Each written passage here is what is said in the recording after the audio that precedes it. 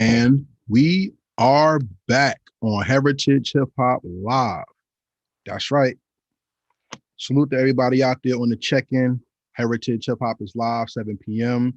And tonight we are going to have a great conversation about the history of Brick City hip hop. Speaking of Brick City, salute to LS Sensei. This is my Artifacts sweatshirt. You can get an Artifact sweatshirt by hitting up LS Sensei on Instagram, Sensei L, New Jersey. Shout out to LS Sensei. Artifacts is my favorite hip hop group from New Jersey. I'm a comic book head, and art, graffiti always moves me. You know what I'm saying? Tonight we get to talk to an MC from Newark by way of Florida, Freaka. You know what I'm saying? All affiliated with the Brick Mob and Lux, the Lux fam. And we're gonna talk to him about Brick City hip hop history. You know, and we're gonna give homage and say salute to Gov Mattic. As we work to get him on, we are making history tonight, everybody. We are breaking grounds with these interviews. So for everybody on, please subscribe, like this video first. Please subscribe to Heritage Hip Hop, share it, let everybody know that we out here and we doing great things. You know what I'm saying? I want to give a shout out to Brother Everlast. I had an interview with him today. That'll be coming out shortly. On heritagehiphop.com, our newest interview is up. That's with Drez of Black Sheep. It'll be on the streaming platforms Monday at 2 p.m. We on YouTube right now. I got 3 people watching. Please hit the like button. Leave a comment so I know you're in here and share this. I'm just waiting for my brother to get into the chat right now so I could do all the sharing. I don't have any moderators. So anybody who knows OBS and like to work and moderate and help me with this, please, please, please. I'm looking for all help I can get. You know what I'm saying? Yeah, man, we going in today and we're gonna have a good time. We're gonna have a good ass time tonight because it's all about giving respect to those who have come before us. And Freaka is somebody who's known from being a person who helped influence the city of Newark, not just a movement in Newark, you know. Giving Freaka his respect, this is somebody who not only helped inspire styles, but he also helped put the city on a level of creativity, as I've been told by many people, not just him. If you think that, he put the city on a level where a lot of people could not deny how dope Newark is. You know what I'm saying? And it's time for those stories to be told. Heritage Hip Hop was made to celebrate the stories of those who people don't talk about or talk to, and that is you. And when Big Snuff, rest in peace, passed away, I don't hear too many people telling his story. When Gov Mattic passed away, rest in peace, salute. I didn't hear too many people digging to tell his story. So I didn't do Heritage Hip Hop to unearth scabs. I didn't do Heritage Hip Hop to be funny. I didn't do Heritage Hip Hop to cause anything negative. I did it to celebrate all of us who know the names, but may not be able to put faces to the stories. Because that's what it's all about. It's all about paying homage to the people who've come before us so that we can give them their flowers if they're still alive. And if they're not, we can celebrate them in their afterlife. The Bible says that love lives past the grave, you know? And if love truly lives past the grave, then that means the memories and the commemoration that we do to keep their names going actually gives them their power, you know? I got a phone call right now. Hold on, everybody. Hello? What's going on?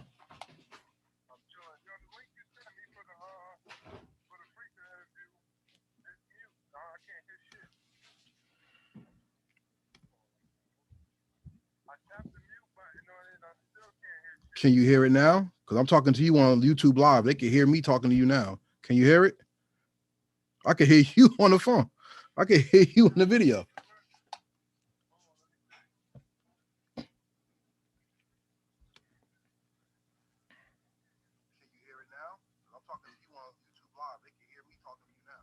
Yeah. Yeah, close it out on your phone or whatever, and then reopen it back up because it's on your end. Well, Freaka ain't get on yet, so I'm just waiting for him to get on so we can talk. All right, peace. See, everything is live on Heritage Hip Hop. See, we got a 20-second delay, so I'm talking into the computer, but I see what's going on now with me on the phone.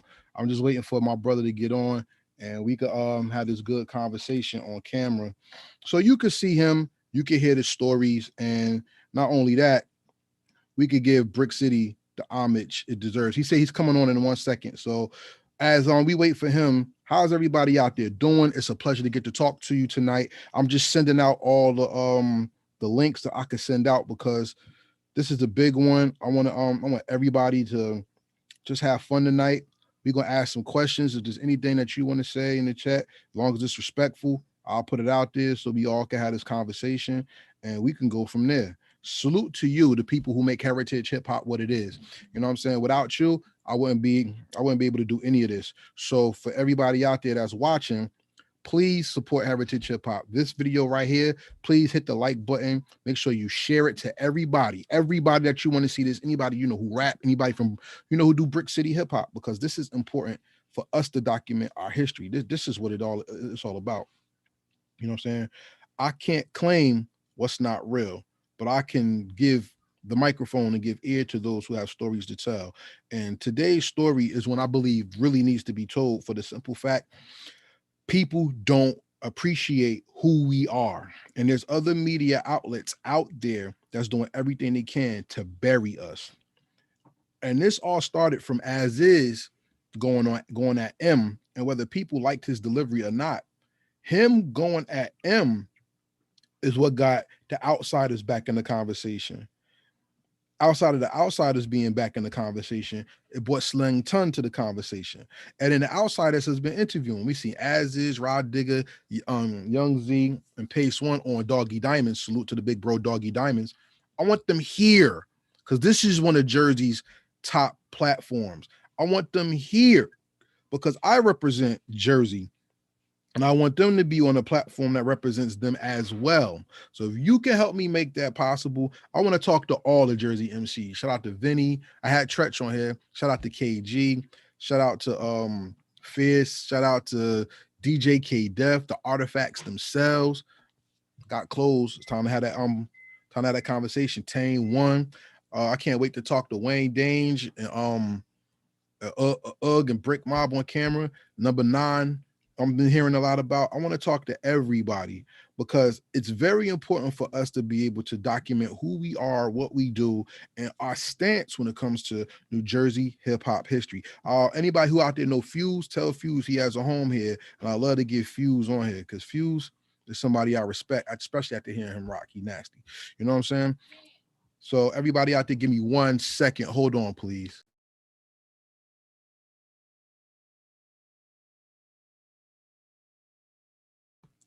All right, so you gotta take care of home, make sure home is good. Shout out to all the wives, shout out to all the girlfriends, shout out to all the children out there, husbands who doing everything together.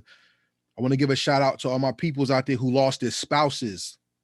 People burying their husbands are burying their wives. Look, may the Most High bless you in your time right now, because that's not easy. And I want to say, may the Most High keep you safe and keep their spirits safe. People have been burying children that I know of as well, I found out today. And for everyone out there, may the Most High bless you in your time, because this is a very serious time that we're living in, and people are falling away a lot, and my condolences and my heart goes out to you, because losing a loved one is not something that we should take lightly.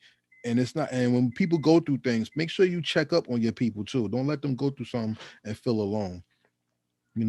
Speaking of that, I want to give a shout out to Max Melvins. or the Lifers group, hip hop group that came out of Rawway State Prison in the 90s. That episode of our show, our interview, is up on Heritage Hip Hop on YouTube right now. So please support by checking that out. You know what I'm saying? I've talked to I've talked to Buddha Monk, aka Sun Tzu, DJ, MC. I've talked to Chaos, the Druid. I've talked to Mack Sul.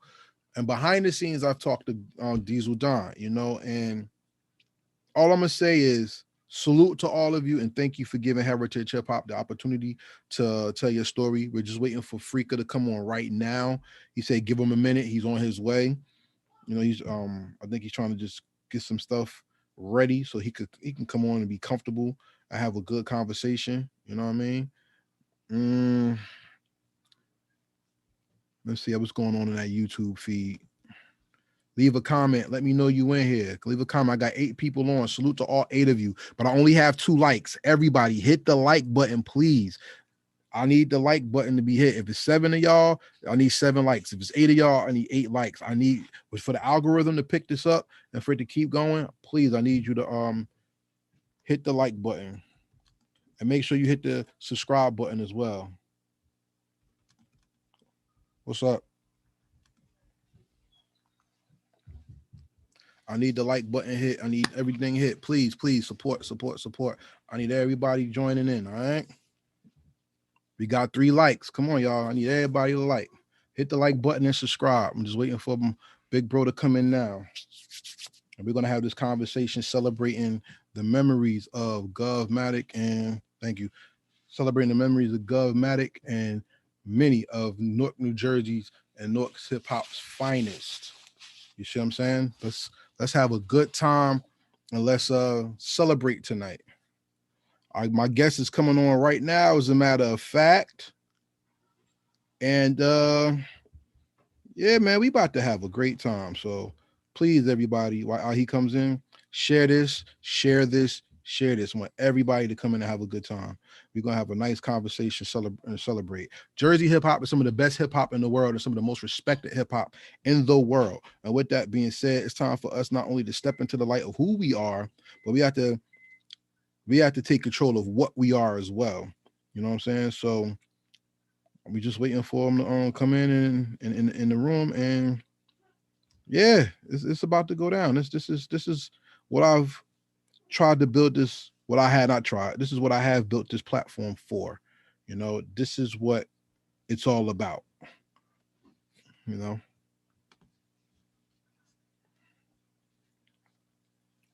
This is what we're doing today. I admitted him in. I'm just waiting for him to pop on the live.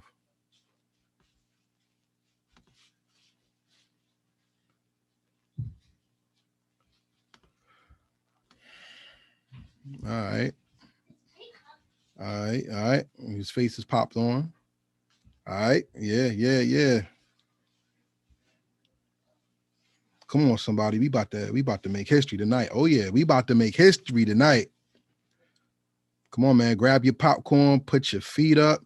We're gonna have a good time celebrating the people who help make us great. And that starts with you, and it goes to our guests. You know what I'm saying?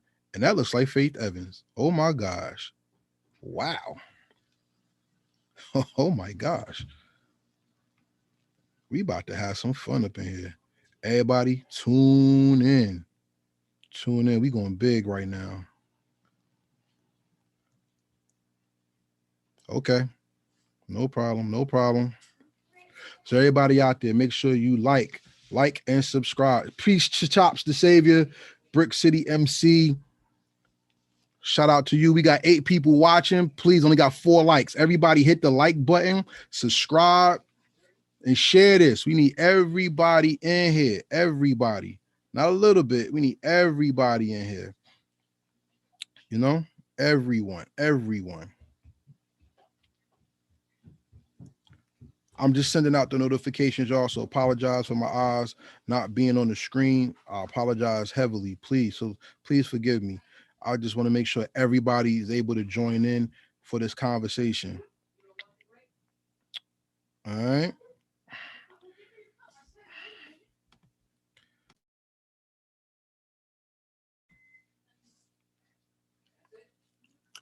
All right. So please, everybody, please bear with us. We getting everything together now. As you see, well, he's on my screen right now. Maybe you can't see him.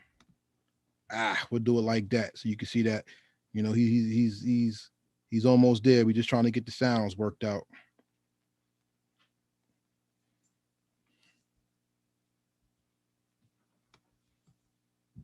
He hasn't put the sound on yet, but I'm gonna go a little more into who we are and what we do. So Heritage Hip Hop is not just a music platform. Anybody out there that's looking to start a business, or maybe you're an artist that wants to LLC your talent, I have partners, Transparent Credit Repair. So I can say this interview is brought to you by Transparent Credit Repair, the superheroes of the financial literacy and credit repair world. You can change your life in 15 seconds. That 15 seconds just means go to heritagehiphop.com, click on the link for Transparent Credit Repair, and we give a discount of 20% of all services rendered by Transparent Credit Repair. Change your credit means changing your financial future so you can open your wallet to bring in more income instead of paying out more debt. Okay, so that's what we're going to do tonight is endorse Heritage Hip Hop and Transparent Credit Repair. I'd like to give a shout out to all the people in Jersey who do media, because I want to smoke. I'm challenging every New Jersey media platform today. I'm challenging everybody. Heritage Hip Hop wants all the smoke. Bring your best artists, and we coming for you.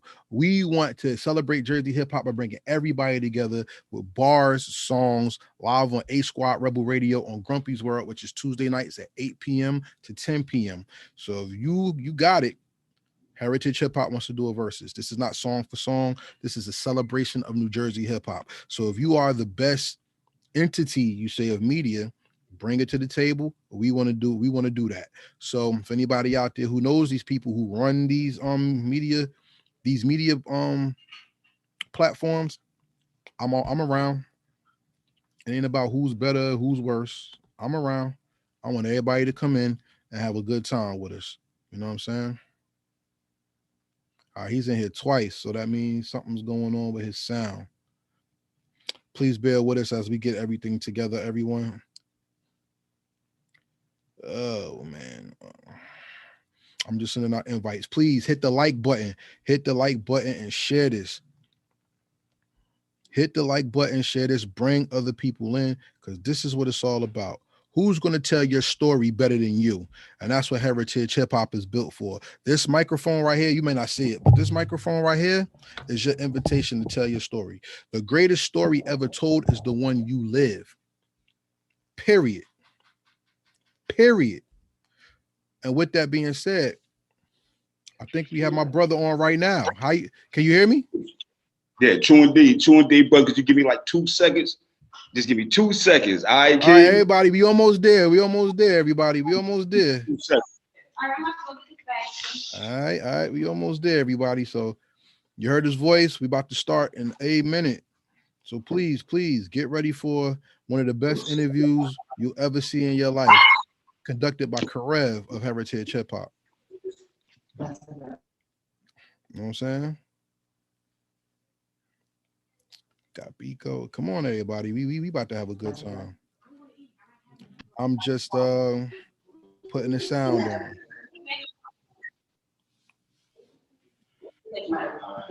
And we're sharing all the links right now. If anybody like to work with me as far as getting being an admin to help me with the room, I appreciate it. Y'all always welcome. You know what I mean?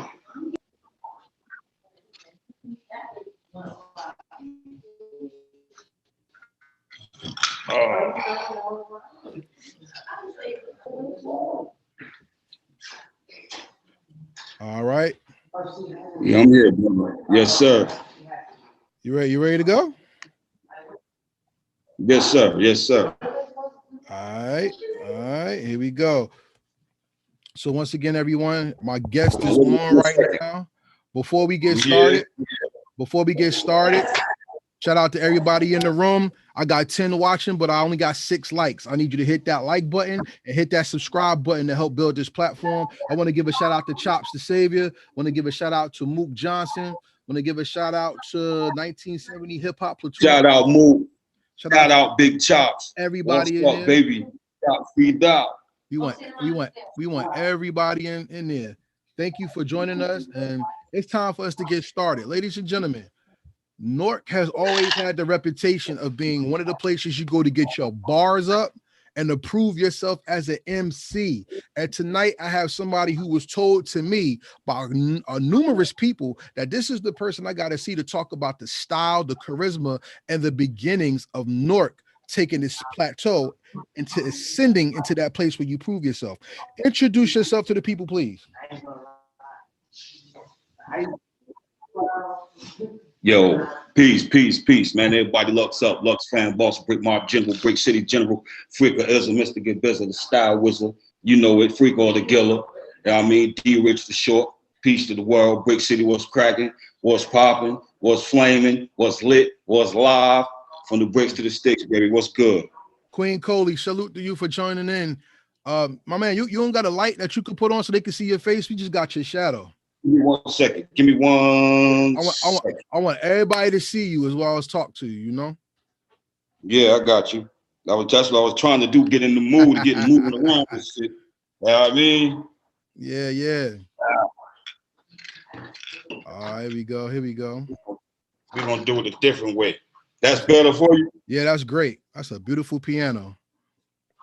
Appreciate it. Okay.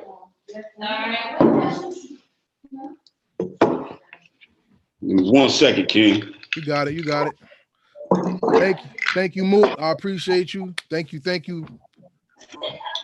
Everybody coming to the room, hit the like button and the subscribe button, please, and share this. That's how the algorithm works on Facebook.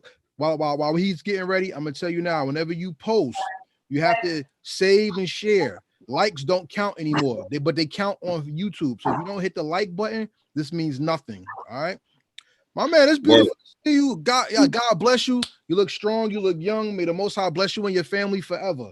First and foremost. Peace. Same to you, King. First and foremost, I gotta say something before we even start this, because you said the brother Chops on here, right? That's my man. Okay, no, that's my baby bro, and it was a couple of years ago, me and him had a talk, and I hope he can hear this, you know what I mean?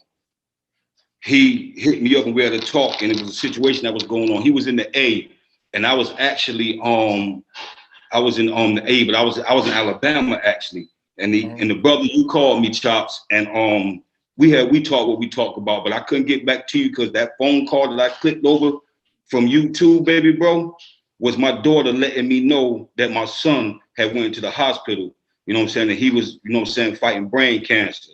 So I had to hurry up, book an emergency flight and fly back. And that same day that I was flying back is the same day I found out that Big Bro Gov passed. So rest in peace to Big Bro Gov and to my son Pootie, Elijah Willer, you know what I'm saying? So I just had to address that to you, Chops. Don't think I forgot about you, baby bro, but that's exactly what happened on that day, bro. That's exactly what happened. I just wanted to say that to you. And like I say, rest in peace, Big Bro Gov, you know what I'm saying? And rest in peace to my son Elijah. Now let's get it going, baby. All right, so let's bring some context to this conversation. And I'm not going to be long with it, but I'm going to give the world some history.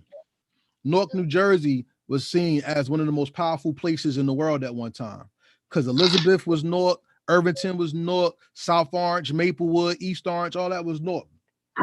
And what happened was when it came to the history of Newark, people wanted money, so they broke up the area codes. But Newark and Elizabeth were always the hubs because they were the last ones to be broken up.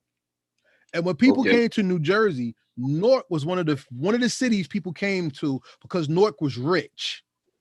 When people of color came into Newark, they wanted to segregate it and destroy the city, but Newark stayed rich. And from those riches, we got art, we got inspiration, and we got hip-hop community that was born out of Newark, New Jersey that changed the world. What has Newark hip-hop meant to you, and how did you become a part of it? First of all, I promise you, everyone for Newark, yo, that's what shaped me, like literally. And honestly, what brought me really into it was the attraction. It was me moving down the hill on Elizabeth Avenue to the bottom of Elizabeth Avenue from the top, from Grumman and Elizabeth Avenue down to Meek and Elizabeth Avenue. And down there, you know, it was this spot called the Sandbox, which they turned into the cement box in the back of 440. And you know, we used to hear all the, you know, all the brothers on the radio. They used to be spitting and everything. And my favorite rapper was Just Ice at the time. Brother Mook Johnson, that's on right now. He could tell you. I met him down there during this time of me being inspired. Just Ice had a song called LaToya and Going Way Back. And that song LaToya, I did a song called LaGoya in the staircase. Me, Mook Johnson, Shaheed Perkins, and my nigga Bo, King K-Son, the beatbox. And I went to the cement box one day and Bo played the tape in his boom box. And the OGs that used to rap on the block all the time, which was Chicken Haas, they heard it and told me to perform that in front of everybody in the cement box. And I'm like 11, 12 at the time. So, you know what I mean? It started from there, but them two dudes, because they was the greats on the block, because they was like Run DMC in the hood down the hill. So when they stamped me, it was a done deal. I took off from there. Newark is known for being the author of styles. When you first started in your journey in hip hop, what was the style of Newark then, as opposed to what it is today? Oh man, listen, Newark was like, at that time, and it's always been, it was about having bars. It was punchlines, metaphors, and basically you couldn't sound like nobody else. You had to have your own style. You could not sound like, I'm telling you, and if you couldn't rhyme, see, I come from the era what they call punch you in the mouth rap, which means that if you couldn't rap, you got punched in your mouth because you had no business getting in the cipher. So, and Newark was known for, I'll punch you in your shit. Newark was known for that. Really, like, yo, aggression. Newark was strictly aggression, like, but it was with rhyming. And then you had brothers, see, it was so many styles. You had storytellers. Like, I heard so many different styles coming up that I couldn't just tell you that, like, brothers had aggressive punchlines and metaphors, but then they had some smooth shit that like that you wouldn't even believe was coming out of Newark. And one of them brothers that I knew was like that, his name was Samuel Jackson. He went to Peshine Avenue. And we called him Trexie L. That was his name. And me and him, this is when I knew, this is 1988. We in Week Way High. This is back when it's boxing rock, you know what I'm saying? Boxing cars and double O. They used to always come to school with their boxing trophies. So every 8th period, about 1988, Dub and boxing cars used to come into Miss Civil Leather class, and we used to battle. Double O in cars. So it's me and Samuel from Peshine and cars, and so Double O is cars beatbox, I was Samuel beatbox. And I heard cars rapping. And I can't remember exactly what he was saying, but he said some old smooth like pimp shit. And then Samuel came back and told him he's a youngster, monster, could have been a mobster trying to get a taste of caviar, champagne, and lobster. When we heard this nigga, now this is 88. This is a Newark nigga talking some smooth, like cool ass, but his rhyme, that's the only part I can remember. But all that shit that he said going through that had all the whole class. We was in there. And this is what I mean about he didn't sound like nobody. Cars didn't sound like nobody, but they both had the punchlines, the metaphors, but they were smooth. They wasn't like, you know what I mean? And then you had brothers that came with that shit, like Runt. When Runt jumped out on cats with the punchlines, how Red did with the punchlines, how the Outs did, Slang was, how, you know what I'm saying? Rest in peace, King. You know what I'm saying? They mastered that metaphor punchline shit. But then you had the Outs that wasn't aggressive on the gangster punchline metaphor, how Dub O was. Or how Runt was. The Outs was, they'd make a joke out your ass with that shit. They'd make you feel there belittle your ass with that shit. You feel me? They made you feel. So the styles in Newark that was floating around, you had 2 PM, two poor motherfuckers, and Rod Digger spoke about them brothers. Those are my brothers too. Man, I ain't never seen nobody with no style like Trench Coat, Norman Andrew, ever. Salute to that, because I think when it comes down to Newark, New Jersey, right? even with the reputation of being aggressive and tough, Newark, New Jersey was always the proving grounds. No matter where you were from, when you came there, downtown was wild. And if you love hip hop, you know about that arcade. Mm-hmm. Tell me about the cipher of Newark everywhere, not just the arcade, but everywhere. What was the cipher culture in Newark, and how did somebody get into it and not get rushed out of it? Well, first of all, if you was downtown Newark, it was going down. If you was up there down there by I think it was Dr. J's or was it Express, right down there right there by Halsey where Double O used to be. Dub and Rock, the Brown Hornet and the Stinger. They had your ass him. But anybody that rhymed, if you went downtown between them two and everything, love to the brother Mack Sul, if you rhymed and they knew about you, they was gonna pull you in a cipher. Most people in Newark would walk around with backpacks on, and they was like, they would just walk in ciphers. They were school kids. They was grown dudes that was out of school, but everybody had their rhymes and they backpack on some real shit. That was like a sport now. Like you walking around with a football. So downtown, the ciphers was on every corner. Now, when you got down to the arcade, though, that was a different atmosphere because it was no hose bar. It was okay. You got to be sharp to stand in front of there. You understand what I'm saying? Like, I used to go on 16th Avenue and they used to have ciphers back in the late 80s, early 90s over there, right there at Miracles. You understand what I'm saying? And man, I done seen girls bust dudes up. I'm talking about that you whack and you get, and I'm talking about they split them, like splitting.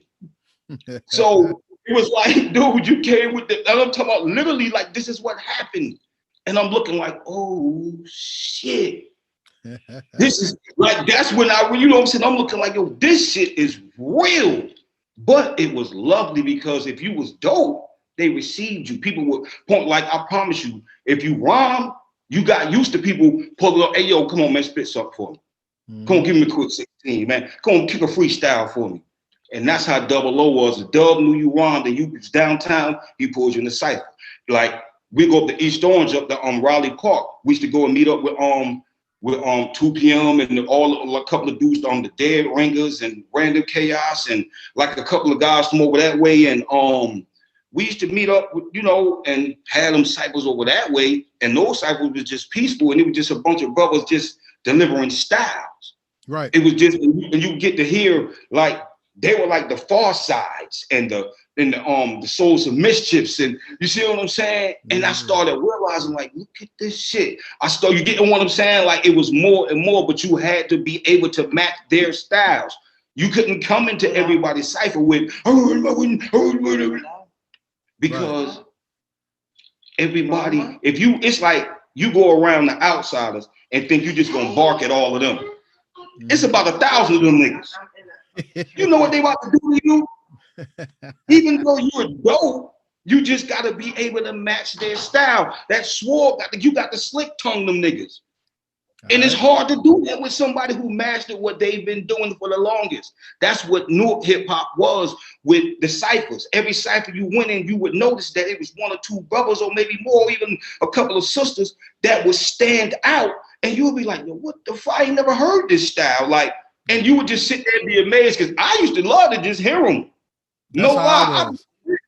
But I would be amazed to hear like, oh shit, like somebody could say some dumb shit, but the way they said it, like I'm gonna tell you who good for that shit. I thought I was the king of it, but who's good for that shit now? And I noticed was the dude O Solo say some dumb shit, but the way he say it is you be like, this is the style. And I tell everybody this, and I've been saying this for years. I tell them it ain't always what you say, is how you say it. And that was the thing about Newark.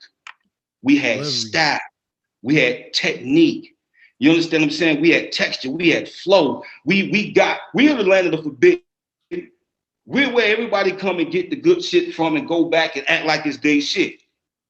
That's what Newark is. Newark is like you can just go in the garden and pull up. The only thing is now you got to get your ass whooped worse than it was back then. But they used to really be able to come through and, make their fake promises and come to the garden, secret garden and shit. And whoa, find 2 or 3 good brothers or one good brother that's just willing to be a part of whatever they had going on. And next thing you know, the niggas sound like him or her or them. And that's all it's ever been. And I noticed that over the years. So the styles in Newark and the ciphers everywhere just displayed all types of different, like sword fighting styles. That's it. Shout out to everybody in the check-in. HF Graphic. Shout out to my man Lau Omalau, Negros Americanos. Shout out to Tone Still, Jersey Perk. What's going on, Jersey Perk? Yeah, we talking about they in here talking about the battle. My nigga Flam. They said salute the Black 45 foul mouth. That's right. That's right. That's right. You damn right. Hey, yo, we ain't even got to that part yet. When you get there, we gonna get to all of them brothers. All these people that's jumping in. Trust me, man. It's just that you ask me certain questions, and I'm just answering them, you know. But we gonna get to them brothers.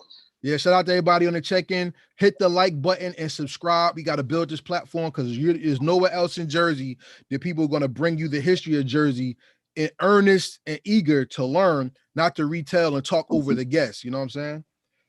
I was doing my history on Newark, and I want to give a shout out. You said 1988, so it's like 88. That's when I'm in St. Rocco's basketball camp in the summer, and that only shout out to Pop and Mookie. They were the ones who was running basketball South Orange Ave at that time, right? Female and male, right? Okay. And my brother used to tell me stories of Brick City hip hop, and he told me there was 2 events that changed Newark when it came to hip hop. Period.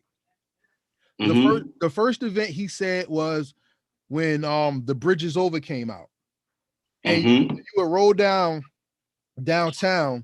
and you would hear 7 cars play that song, and people would stop and listen to the song in the car. The second event I was told happened in 3 areas. Elizabeth Ave was one, Grove Street was the second one in Newark. And the last one, if I'm trying to remember, I think it was Stuyvesant, maybe. And they said it was the day Rakim dropped. And when everybody heard Rakim in Newark, that's when everybody flipped and took their rhymes and pen to a more serious level. Tell me that experience and how it affected the city, and Rakim spread hip hop hunger through the hood like.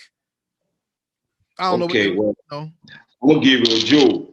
This is the realest. I'm happy you said that because this is going on Elizabeth Avenue. Elizabeth Avenue.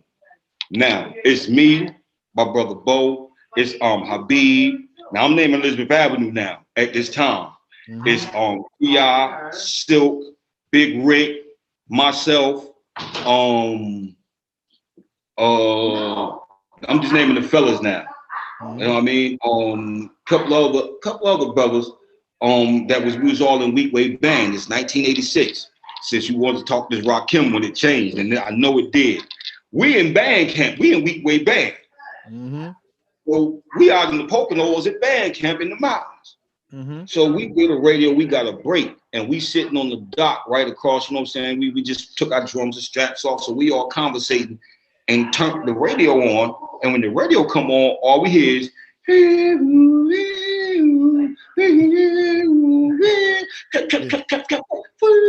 so that's what we hear. So we like, what the? So we start listening to it. Now this is the truth. When it come on and we hear this dude, I lie to you not. The first thing that all of us from down the hill said was, "Oh shit, chick on the radio." We thought that was Chick from Chicken Hodge from 440 Elizabeth Avenue. And we heard, and it was Rakim though. Once we found out who it was, we already digging him. He came, he was the coolest nigga. We seen Rakim. He came to Weekway 1987, 88. See, I'm taking you all the way through the thing now. Now you had to be an honor student to get up in this motherfucking event. Mr. O'Neill was the vice president at the time. And you know what I mean? So me, I'm not an honor student, and I'm not a junior or a senior. But I'm getting in there. So while they going in, I sneak in with Bo, Rick, all them. Now I'm in there, and I'll never forget Rakim come out on stage. And he doing this shit, and he do move the crowd. And when he do move the crowd, bro, this is in Weekway High. Anybody watching this that was there, remember this. he do that walk and that step when he skipped and went back and he did that shit.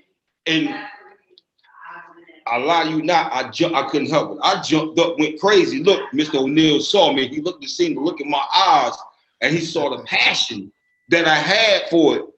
And he was like, yo, he just like, man, sit down. He just told me because he knew, you know what I'm saying? Like, and I get into that story once we get there about O'Neal. But the whole thing is, I know for a fact when Rakim dropped, you're not lying, he really, that and Bridge and the Bridge is Over changed the way everybody was spitting, because we felt like Chris was that dude down the hill. Mook Johnson, Doobie, Bo, Brother Sal, rest in peace. You know what I'm saying? Oh man, listen, man, Brother Rod D, Brother Shawnee Clark, you couldn't tell us nothing about KRS-One. And he do the Bridge is Over, and then he just kept coming. But when Rakim dropped, I like you not, he was kind of like the rapper for the dope boys back then, and the like the big timers and the stick up kids. The dude, he was like that dude for. He was like he was like a cool nigga that, you know, like you just want to talk to. Like he made you want to just like, nigga, like just be easy. He was the coolest nigga we had ever heard rhyming on everything. So yeah, he changed. Yo, that's what I mean about that smooth style that I'm telling you other brothers adapted to, like how LL was, and that's what I mean, how Big Daddy Kane was rough with it, but was, you know what I mean? That's what I mean, what them brothers was doing in that era. That's that era. When I was telling you about Kaz and Trex, yeah. Yeah, right, man. Salute to Shot Cobain, West the artist who checked in. We got some of the new generation of MCs in here checking you out. Shot okay, Cobain. That's peace to the young world, to the new generation, man. Right. Peace, y'all. What's up, man? For real. I love it. All right, so check this out. I heard some of that story from one of my friends. I want to give a shout out to Shaw Skills from Elizabeth Ave. Yes, sir. Always right. Shaw Skills. What's up? Skills, man. Hey, freestyle genius. Mr. Right. Rebuttal, the rebuttal king for real. Before there was battle rap, nobody wanted they would love to hear him rap, but you did not want to battle that cat. I promise you didn't.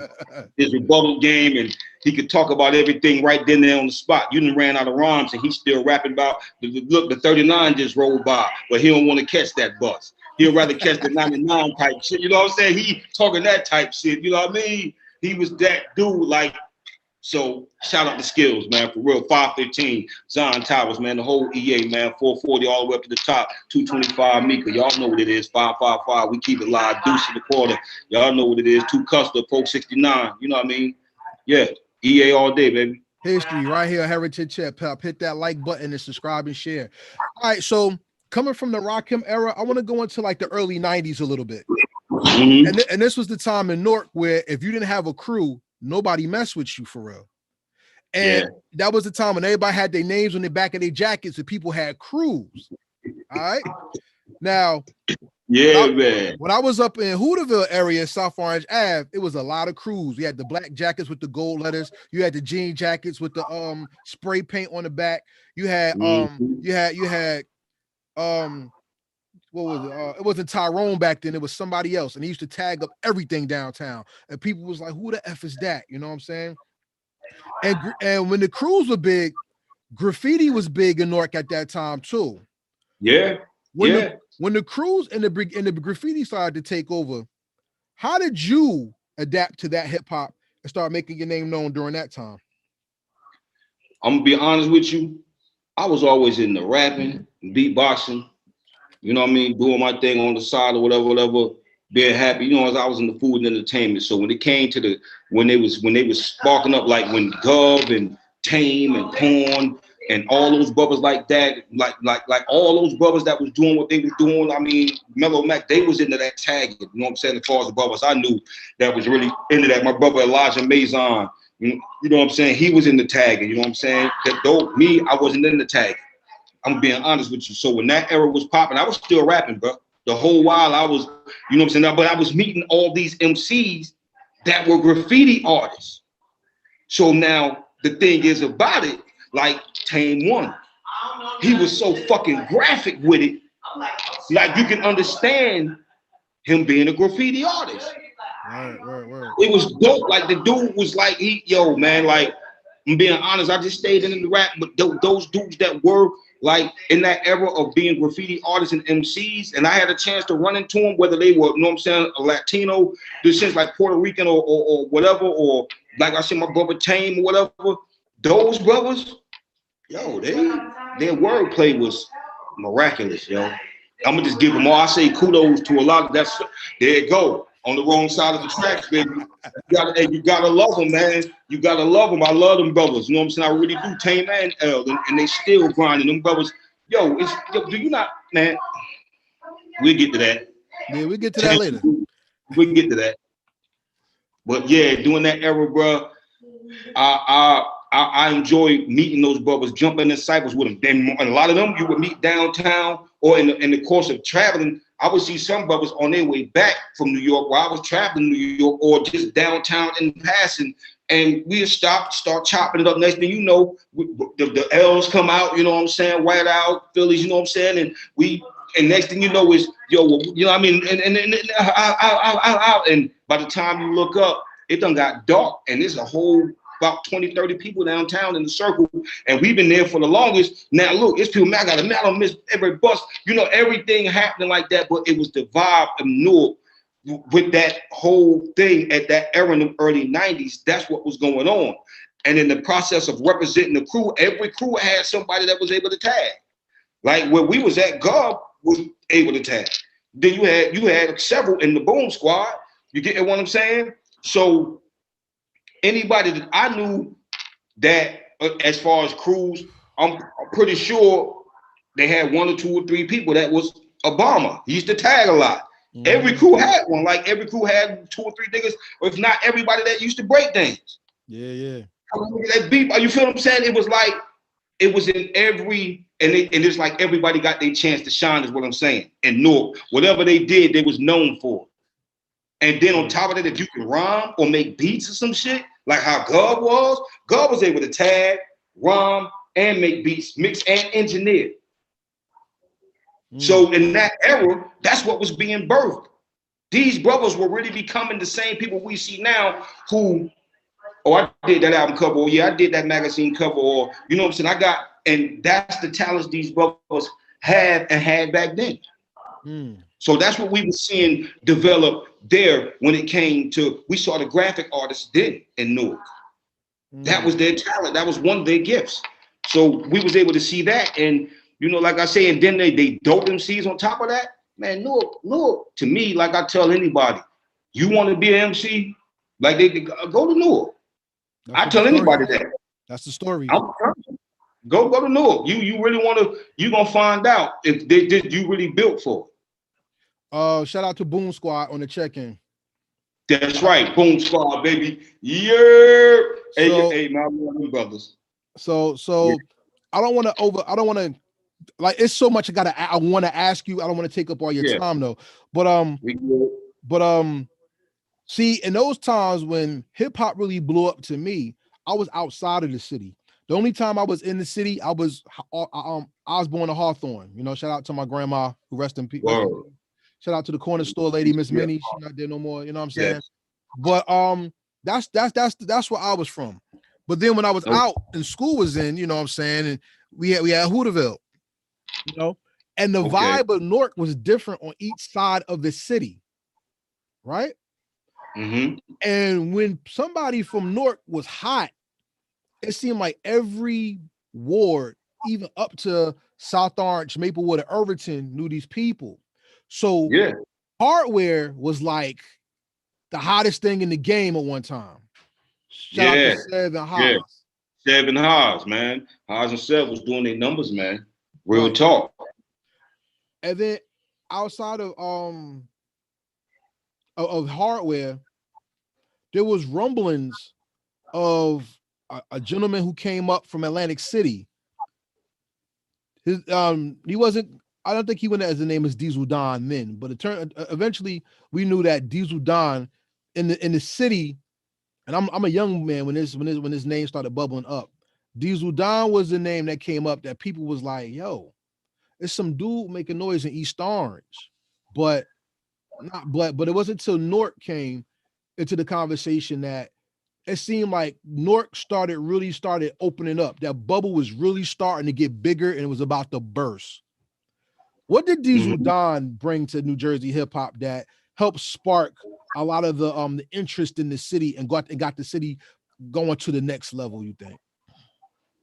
All right. I mean, first of all, shout out to Big Bro, D Don, man. That's like, he was like a mentor to me.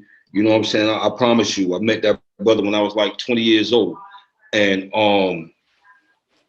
in the 80s, like 87, I think it was, he had a record called Bust It, him and his squad from down in Atlantic City. You know what I'm saying? So this is way before there was a hardware. You know what I'm saying? And not to take any credibility away from the brothers Haas and said, just to let it be known, but this is before the hardware thing.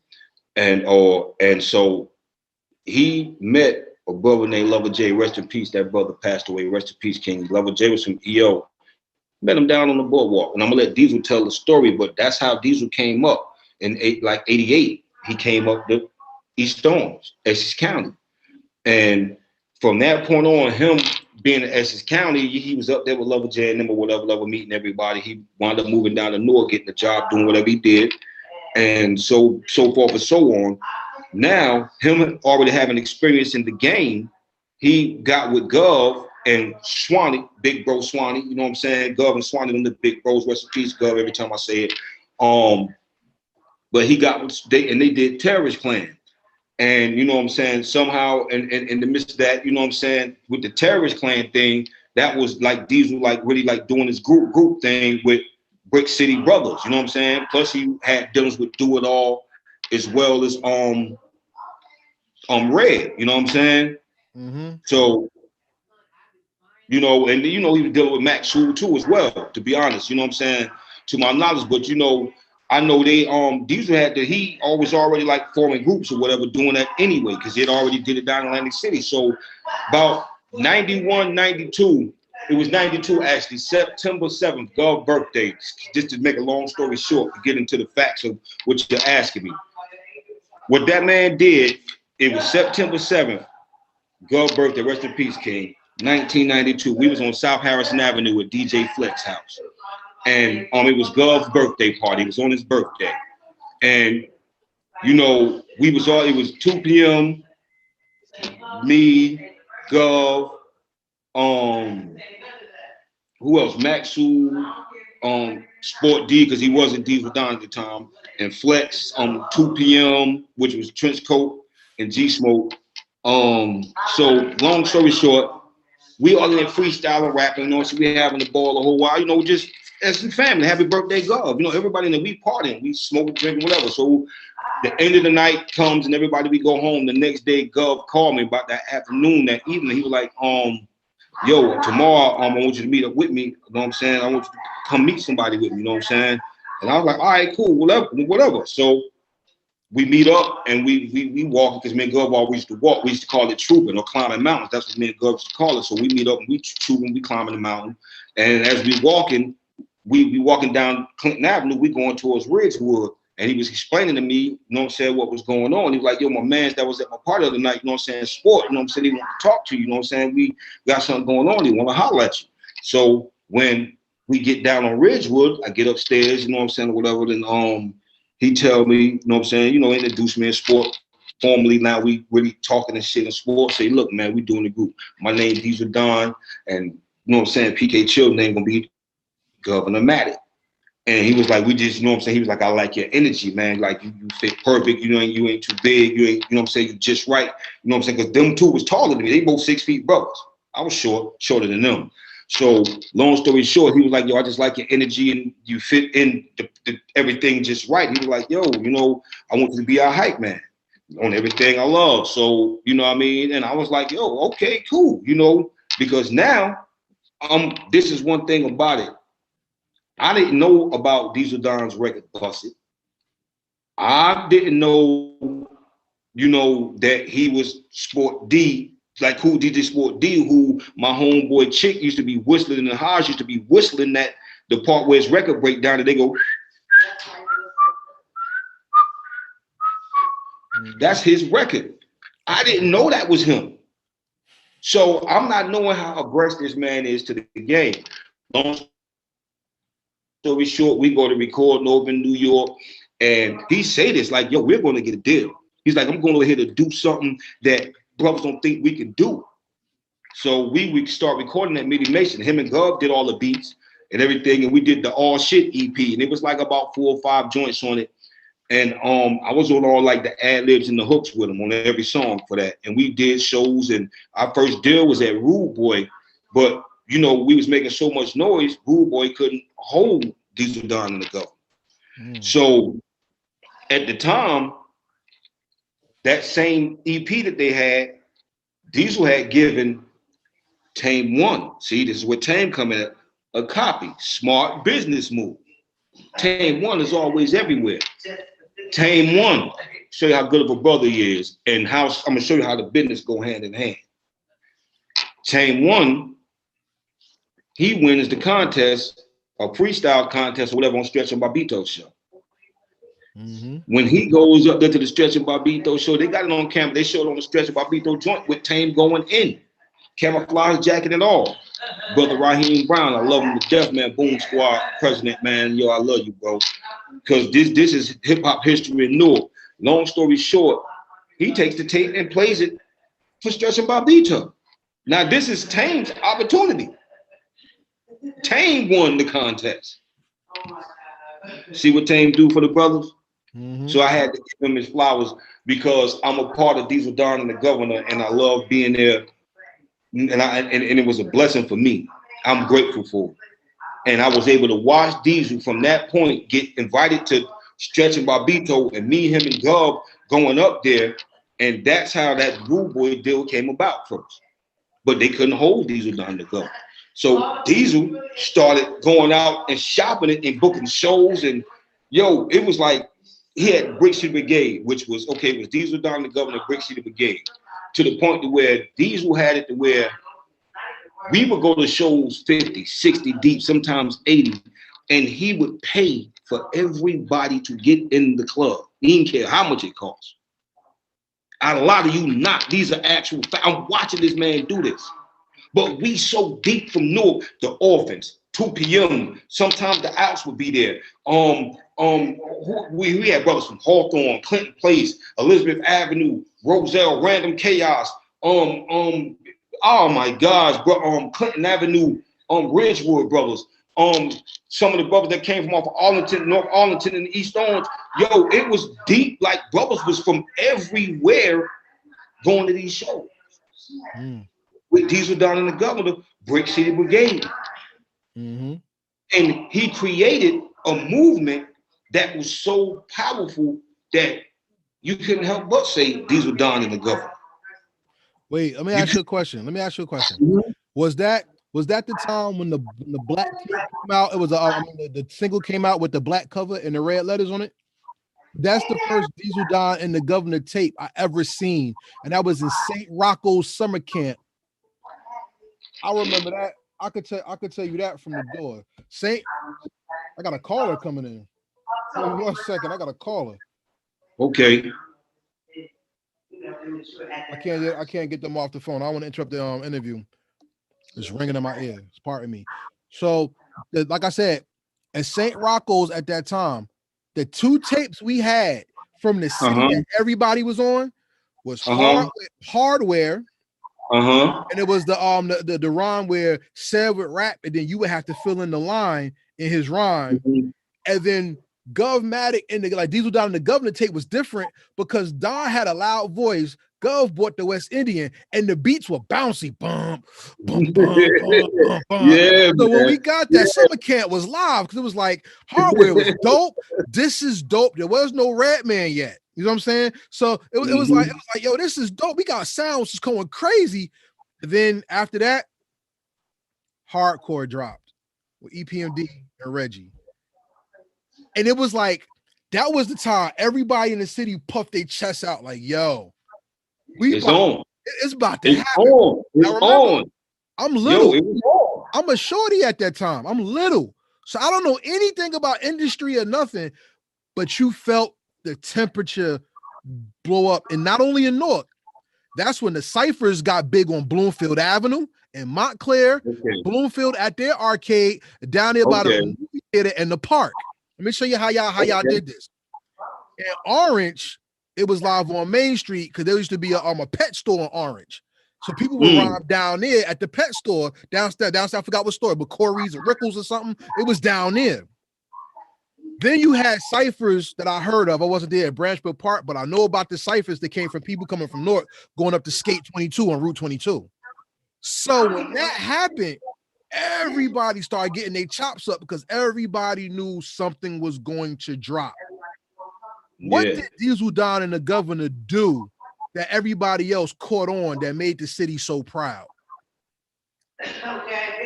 First of all, Diezzel was the first dude, you know what I'm saying, like, to go out and get an independent deal. You know what I'm saying? Before Master P had that 80-20 deal and all that stuff, Diezzel had it first.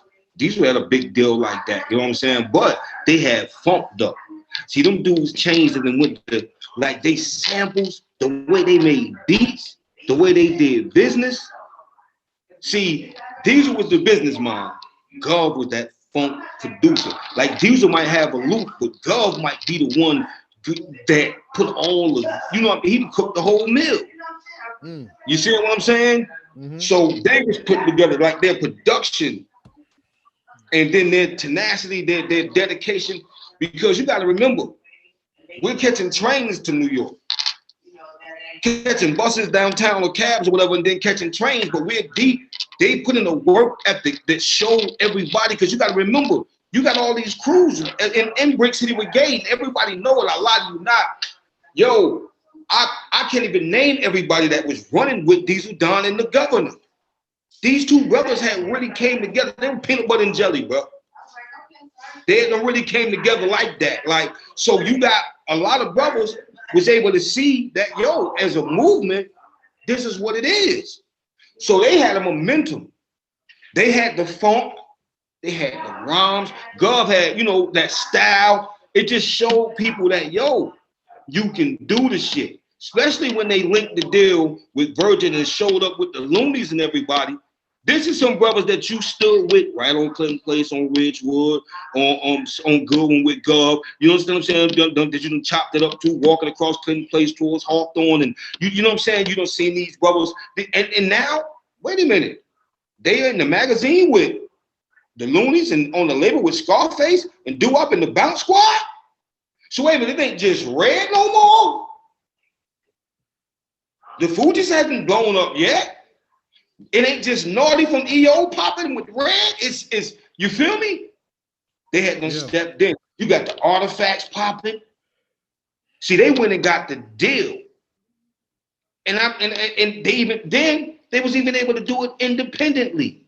So they were showing you how you could go get a deal, and when the deal situation for whatever reason might not go the way you want it, you can still do this independently. They showed you this, and they showed you both independently how, okay, the power of having a crew. Okay, they had a crew. They split up. Diezzel still had a crew. Gov went and boom, here go the crew. And they still was able to still come together during the times when they was apart and do music. You understand what I'm saying? They got albums that they did, so they showed everybody strength. They showed you how to come together. They showed you how to make a machine move as one in one motion. They showed you what strength, what loyalty, because everybody was loyal to their movement could do. That's what they bought. They showed a lot of different aspects of being able to grow a fan base, but really be able to make an impact on hip hop. It's not too many people from Newark that really, like, when we say the unsung brothers, that's gonna sit down and tell you they was there when the Wu came through, that they was there when Pop bought Biggie on stage, that they was there when Craig Mack was doing sound checking, and people was, you know what I'm saying, yo, he kind of remind you of Red, and you should have been looking at sound check, and you looking over at this dude, and you like, oh shit, like, you know what I mean, like, but you don't know who none of these people really are, puffing them over here, tripping, the old dirty bastard at the door yelling at somebody, rest in peace, King. You feel what I'm saying? You got Big Tuffy from Video Music Box over here. You know what I'm saying? Raekwon asking you where the you know where that weed that just smell real good. Where you get that from? Type shit. But you know what I mean? Hope we didn't lose you. Are you there? You there? All right, everybody, please bear with me. but they everybody in one room. I'm talking about I'm speaking on the news now. In 93. See, we still talking about the 90s. This is possible. It could be done. Because look, Newark is in the building. We 60, 70, 80 deep. And we around everybody you hear on the radio. Yeah. So, you know, and Hardware did the same. They did the same. No disrespect. They did. They showed you can go out and own and do, you know what I mean? So Newark was on the move. Yeah, all right. Your internet starting to your internet starting to go in and out. So give me 1 second. Let's pause a little bit and let's recalibrate. Shout out to everybody. Buddha Monk on the check-in. Shout out. How we doing? You can hear me real good? We good over there? Yeah, I can hear you. Can you hear me? Yeah, I can hear you good. Just this camera's freezing in and out, but yeah, we're doing good so far. Before we continue, I want to give a shout out to Young Z because he had the video "You Don't Want No Problems" out at that time, and we saw Young Z, we saw Young Rod Digger, we saw Mother Nature and Father Tom in the video. Shout out to DJ Lucky Lefty. They was in the video, I believe. Lucky Lefty was in there. Y'all could check that out on YouTube. You know what I'm saying? Diezzel Don and the Governor was a movement that I think was too short-lived when it comes to how hip-hop is looked at in the city. You know, even we forgot to mention Mike C. So salute to Mike C. Everybody out there. That's right. Hey, yo, Mike C dope. He's still dope. Yeah. I love to see videos, you know what I'm saying, when they post them, you know what I'm saying? Like they said recently, a brother just told me I was trying to find a song. They said him and Tresh just did a song like I think last year sometime or a year before or something. Nice. They did. Him and Tresh finally did a song or something. I don't know, but that sound to me, that was a good look for both of them. You know what I'm saying? Yes. Like, so but yeah, that brother dope. He dope. That brother dope.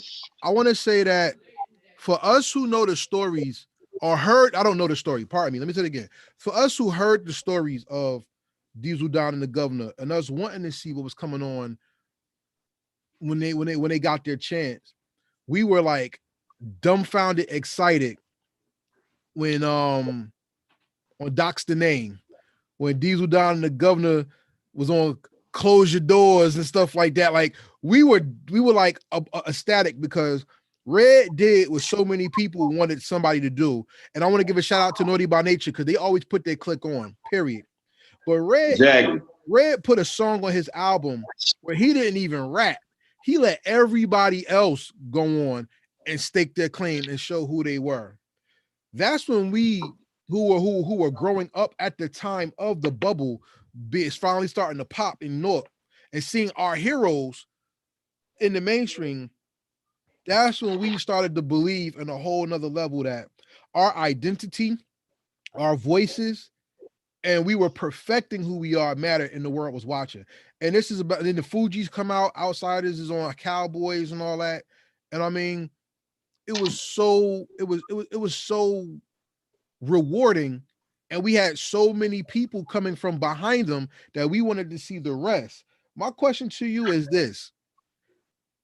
If Newark would have kept growing the way it would have been, who else would we have heard or seen? And why do you think us not seeing or hearing from them is like a negative to how we appreciate hip hop today? Honestly, I feel like nobody in Newark really got a chance to really be heard or seen. You know, you'd have heard from brothers being honest. The New Jersey Heathens. Have you ever heard of them? No. Okay. New Jersey Heathens consisted of STR, which was they called the Stonetown Rebels, Stonetown Rebellers. That was Youngblood, Stro, Dead Up, and Firemount. Them brothers was so fucking dope. I'm telling you, they was like a Jersey Locks, but just doper. Without sound like them though. And Youngblood, you might know him, YB, Billy Rose. I don't know if you ever heard of him, but people need to tell you about that young brother. This brother had several like independent deals. He was really like, the Jersey Heathens, they was some people. 2 PM, another group, 2 poor motherfuckers. Trench Coat, you know what I'm saying? And G Smoke, which was Hardware. His original name was Hardware. You know what I'm saying? No disrespect to Hardware, but his name was Hardware before that, and being at Seb and all us, I gotta say this because every time you say Hardware, I think about that situation And that was a pivotal point in hip hop in Newark that went on too. Whereas the name like 2 p.m., you know what I'm saying, the brother Hardware G Smoke, which was KB, King Born at the time from 2 p.m., felt like Sev know that that was his name, and he took his name, and their name became Hardware, but they got hashed out and they pieced that shit out and it was all over with. But them brothers, Sev and Haas would have been on. You had who was the Random Chaos, like I said, trying to remember the heck them brothers' name. The 108 Dragons, a couple of them brothers, Shady and Black Ice, and this little Latino brother, Puerto Rican brother that was from down there on Grafton. And there was 2 other brothers. And rest in peace, D Rock. He would have been another brother. Double O, and Raouf. You know what I'm saying? Danger, myself. You know what I mean? Like it's so many people that you get the Nasty and the Guests. Nobody never named the Nasty and the Guests. Those were the sisters that was popping. Plus one, she was dope. Dina Allen off of Chancellor Avenue. She had the weak section on lock. She was the shit. You know what I'm saying? You know, Shot Skills. You know what I'm saying? It's so many people that I could name. Mook Warner, him Squad Aziz out one. You know what I'm saying? The producer, my brother, Gen 10, General, man, there's so many people, man, that I know would have been on that I could just name and go on and go on and go on. The Corner Coalition, the LDs, all these people would have been on, bro. Them brothers that was from up Chancellor, you know what I'm saying? That was about sliding that up Chancellor. Some of them brothers, you know, and let me see. Who, like I said, Mook and they from Bergen. But Chadwick, Zoo Crew, Mitty and them. Come on, man. Like, bro, man, come on, man. Listen, Newark hip hop, like, it's so real, man. The Arachnids, my little dudes are dying off 440 and 515, PAC, the original Pimp Squad clique. They were saying this shit way years in the early 90s. They was the Pimp Squad clique. And they was from 515, man, little Stack and all them, you know what I'm saying, man? Little rest in peace, Big Stack. You know what I mean? And yo, what I'm saying is, them dudes were so dope. It was like 6, 7 of them, but they were just like a little mini Wu-Tang. And you know what I mean? So I know a lot of little brothers that just was doing it, bro. And I know for a fact, the dudes OCM from up out of Wellsburg. The dudes OCM. Them, you know what I'm saying? It's, yo, it was a lot of cats, bro. It was a lot of cats. And I could go on for days. Shout out to Mass Confusion, RD. Shout out to all them. Chaos. You know what I'm saying? And all the members of the group. See, and that's the thing that kind of hurts, because as people started to see the voice of New Jersey get silenced, it seemed like that's when the infighting started. I was watching the Drink Champs, and Nori said that New York purposely blocked New Jersey from getting into the game.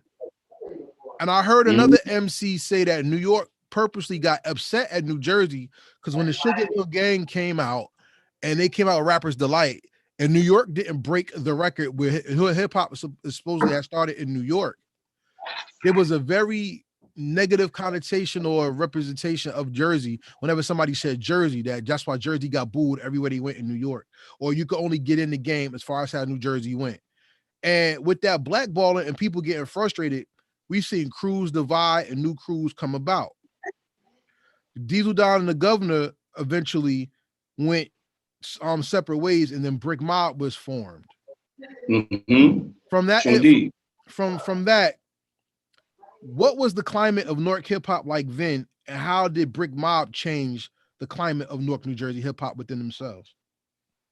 See, now that was I'm gonna be honest with you. First of all, when the Brick Mob movement started, I was recording at DJ number 9's cousin Dana house, and all I know is at that point in period it was Gov, Sig, I think Dames, Swanee, if I'm not mistaken, Ra Demi, or you know what I mean. That was, you know. So long story short, Dames pulled up on me one day. We was hollering, we chopped it up for a second, and he was letting me know what was finna go on, and then the guy that +1. Dana Allen, who I was telling you about, from off of Chancellor. So they had booked some studio time down there, and I got to tell this story because I'm gonna let you know how this shit spread it. Because I got to tell you how the word was going around. Gov had them grabbed up everybody that he knew that was, you know, that was his family. And so, long story short, We met up at Ironbound Studios, and I heard they had a song already. They had just did a song while on the set. Brainstorm did, and a lot of not. It was dope. The beat, the cuts, all that shit, and Do It All Do came through. He was Jack Swinger on the Break Mob EP and the album. So he even showed his love. And you know, it was like Gov had a baby.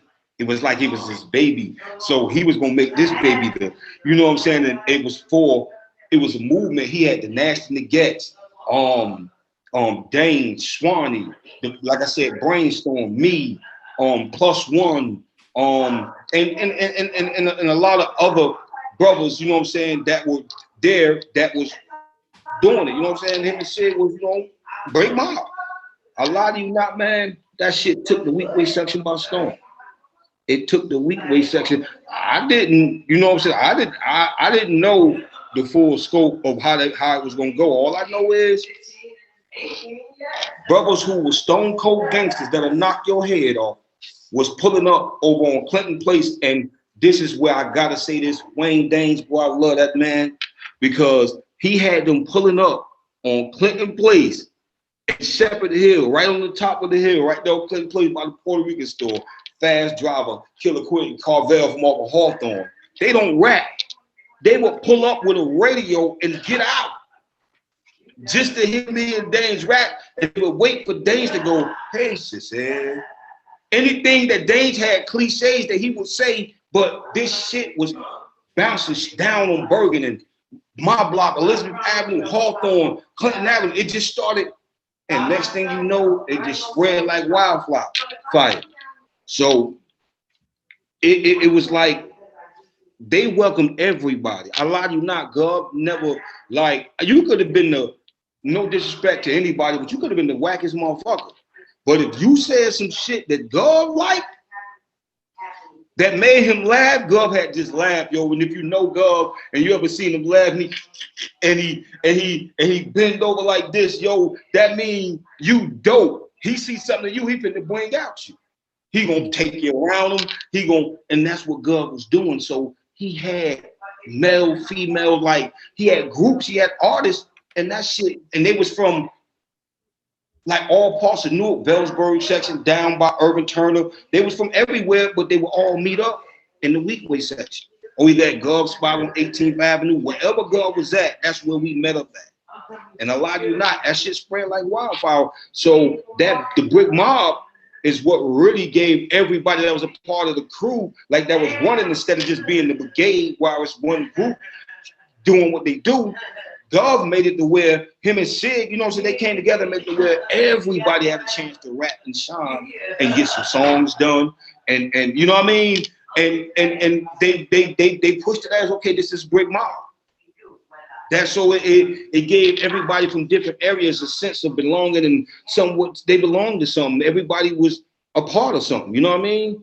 So it was a different impact. It was a family. I'm not lying. Brick Mob was a family. We used to eat together, drink together, smoke together, rap together. You know what I'm saying? A lot of us used to spend nights at each other's rest and shit. You know what I'm saying? A lot of us used to meet up beyond being from just the Brick Mob thing. A lot of us still got ties. You know? So it had a great impact because, like I said, it spread like wildfire. It was a great movement, honestly. So you were there from the Gov Mattic group to the Brick Mob formation. What did Freaka bring to the game that made Brick Mob and the Gov Mattic Diezzel Don and the Gov movement so hot? How did you cement yourself to be in both situations and to continue on in both exceptionally? I'm the boogeyman. I'm about the boogie. I bring the funk, the boogie. That's just it. Everything about me is the boogie. Me is happy party. Every squad got somebody that just, when it's time, you know, hey, let's turn up. What they say now, get lit. That was me. That's me. You know what I mean? Like me and Swanee, you know what I'm saying? Big bro, what's up, Swanee? I don't know if you're watching or not, but bro, Swan Sticker, what's up? Me and Swanee, we had one day we were building, walking the shit. and we were just naming the original Lost Tribe, which was, you know what I'm saying, the Lost Boys, that, you know, me, the boys. And it went as Danes was the water, Swanee was the wind, Gov was the earth, Runt was the wood, and I was the fire. And we called it, and me and Swanee called it the elements. And he took it to Gov one day, and Gov dug it. So me and Swanee always call ourselves the fire elements, but they called me the fire because I was always on the boogie shit. You know what I'm saying? Like, for real, I get your hype. That was it. That's all it was about. Like, that's why I was the hype man. I had energy. Plus, I always talk funny as hell. I'm country as a motherfucker, and I made up words, and I would take one word, another word, and put it together. You get what I'm saying? And it was called my slang. Me and Danes that's what, you know, it was just fun. So they would have to explain to people what I was saying, but I did it on purpose. Okay. I would do it on purpose. You get what I'm saying? So it was fun, but I was just mastering styles, and God loved me for my styles, man. Because he used to be like, yo, and I was characters on the mic. Like, literally, I was different people. So I make you laugh, you know what I'm saying? I could, you know, I was able to really be more than one person when I was on the mic. So they loved the styles and just the funk that was in me. You know, I was the fire, bro. Real talk. That's personality, but what did you bring to the music side as well? Well, I'm gonna be honest with you. Okay, I'm happy you asked that. I used to just like push everybody to the point to where like Gov knew me. Freak, I want you to get on this right here. You know what I mean? I'm good with your ad libs. Like, I could hear your rhyme. You know what I'm saying? You might not be able to back your shit up the way. So God would tell me, yo, no, Freaka, go in there and back that up. So I say, play it, go in the booth. I listen to your verse probably once or twice, something like that. And I do ad libs in the background. You see what I'm saying? Then he might, like, one day he was in Stand on Goodwin, and he was like, yo, Freaka, man, I was over there. We was, you know, smoking powwow, rest in peace, God. I never forget this. This was 92, 93. And my contribution, I'm just showing you how this goes, because I'm going to start right there and give you 2 minutes of it. God showed me how to work an MP. And he told me to pick some records. He was like, and he was like, and some samples. He said, I'm going to show you how to do everything and loop it and everything. So I do it, and I tell him I do everything he asked me to do, and I say, man, where the drums at? So he turned to a pad or whatever on the MP, and I go to figuring out the drums, and I go to playing drums. I lie to you not. I do 3 tracks. I use Earth, Wind, and Fire, I think Gap Band or the Graham Central Station, and somebody else, Grover Washington Jr., somebody like that. But 3 dope tracks, I ain't never think nothing else about it. So back to the Brick Mob and everything. So I don't know if he was in Ironbound or in Troposphere Studios. You know, we about to record is me and Dange. I know that much. And Gov called me in the right where the track, and he said, yo, Freaka, and he like, yo, you remember this? And I'm like, what? No, what? And he like, yo, he like, you don't remember this? I'm like, remember what? He like, listen to the drums. So I'm still not catching on, brother. Gov soloed the drums and played them, and I was like, no, what you mean? What? He was like, yo. And he was like, yo, you did them. Remember when we was on Good? He was like, yo, them Freaka drums. And I lie to you not. It wasn't about nothing else. And I tell everybody this, anybody, my soul lit up because Gov now is doing all this great shit. I'm talking about Leela James, all these people he working with, producing Red and Meth shit. He fucking with Eric Sermon and the DB. And you really telling me you got Freaka? And I smiled. And that was a reward for me. Just little small stuff like that. But as far as it go, I took the mob over to, you know what I'm saying, the North Newark. When we was all in the Wheatway section, I used to go to the pipeline all the time. I used to always fuck with Black 45, you know what I'm saying, dude Ken Andrews. And we used to, you know what I'm saying, we went to Wheatway together, you know what I'm saying? So I knew the brother. We was real close. We had classes together. So he was running the pipeline. Him, Elliot, his brother Porn was there, Cool Mellow Max, Tame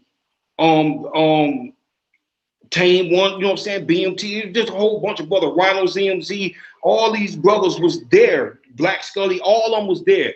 So, and shout out to Grafton Avenue, 108 Dragons. Shout out to all y'all, man. I love y'all brothers. Anyway, so I used to go there. So It was 96, on the beginning of 96. And I talked to the brother Ken. I said, I talked to Black 45. He'll tell you this. Him and Elliot, they'll tell you, Porn will tell you. And I asked, I want to throw a show for the Brick Mob.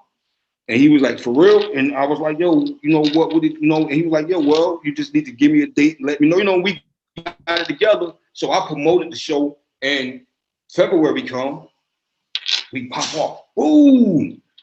I lie to you not. It was so packed. The club, 45 will tell you this. The doors was open. They had to open the doors. They couldn't charge people to get in no more. It was a line outside, on the outside and on the inside. They were just out. Everybody was there. I always promoted our family.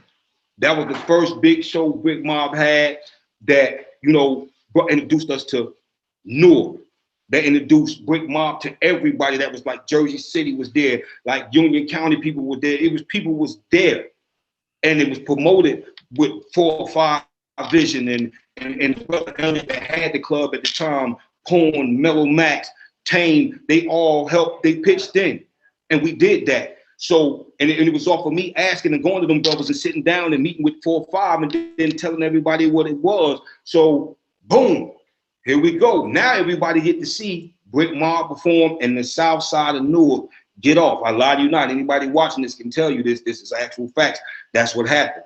Another contribution, just me being me, my brother Runt Dog. It's also same year, 96. You know what I'm saying? He's booming. His Who's Got the Skunk and his Wooden Soldiers. The whole Funk EP is booming all on number 9 tape. You know what I'm saying? Number 9 got his mixtape pumping this shit. I'm running with number 9. We in New York. We everywhere pumping it. And we pushing this Runt Dog shit.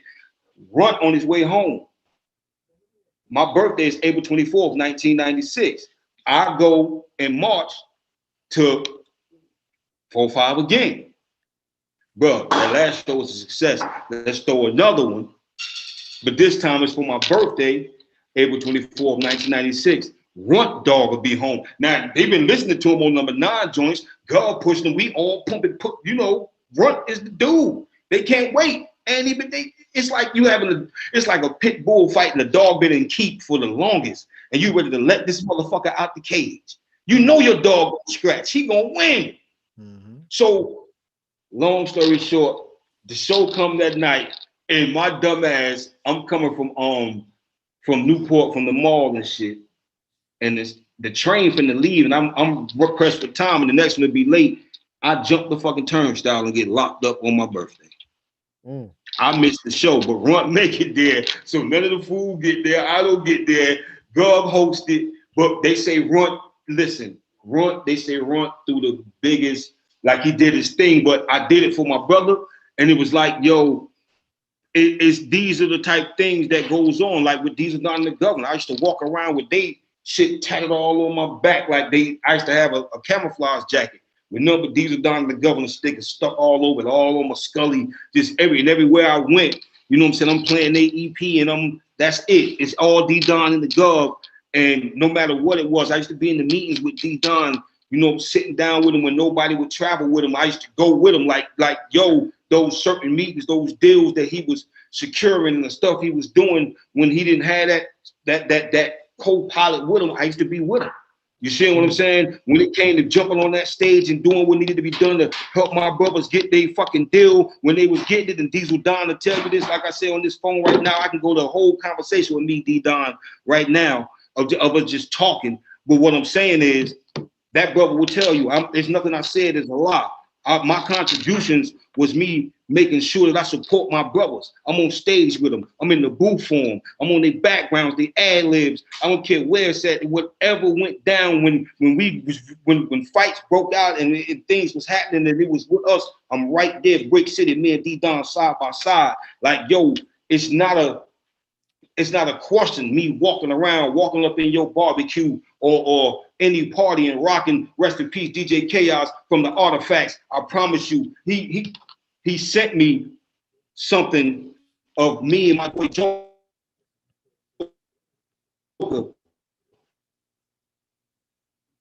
Running. And he sent it to me on Instagram. of how much old stuff he got of us. And I never forget it, but Chaos, he's anywhere, and I would come through freestyling. I did it on Hawthorne. I did it on Grumman. You know what I'm saying? I did it. No, wait, hold on, bro. Shit. It's crazy. Yeah. Everybody be patient with us. We got some technical difficulties going on. Hold on.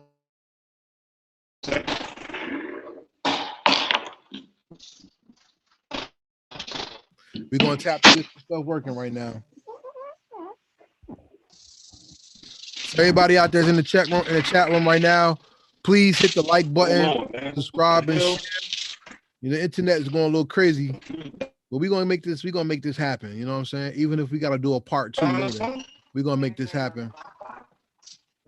Where's the battery? They can't see. Nope, we can't see anything. Hold on real quick, bro. We got it. All right, everyone. So, like I said, please. Can you see me? I don't know. No, I can't see. We can't see y'all. The screen froze for a while.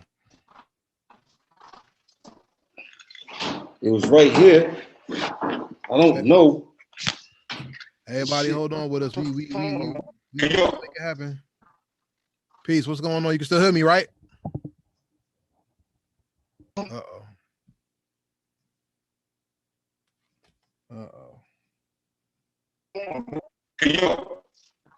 Peace.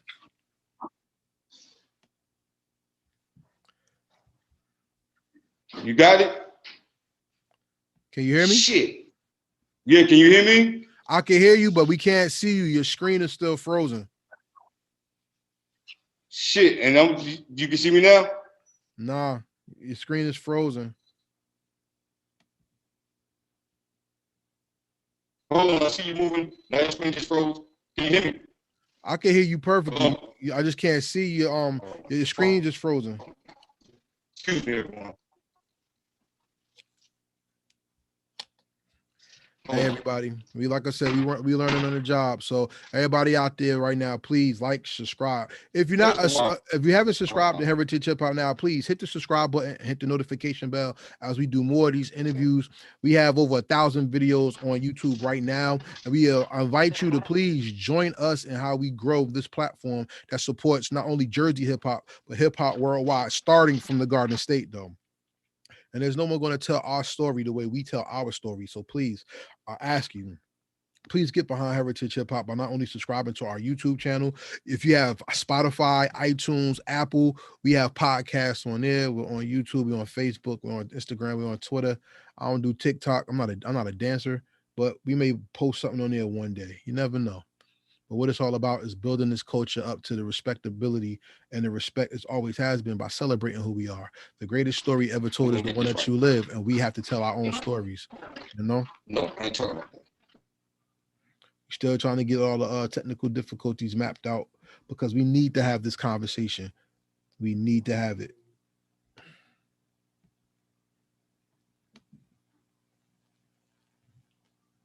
Uh-oh. We're gonna get this right. Can you hear me now? Oh, okay.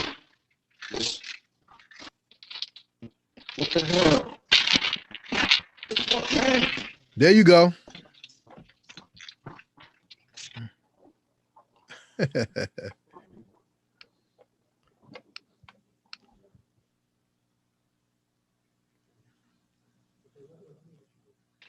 Mom, how you get, man? Sit down. No, I can't. Relax. Let's see. Hold up. I'm patient. I ain't going nowhere. You can see me? I saw you a little bit as you walked around the house, but it froze again. All right, 1 second.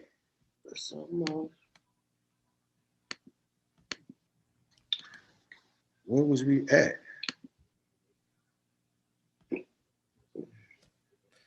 Can you hear me? Yep, perfectly. All right, so we got to figure out where this is at.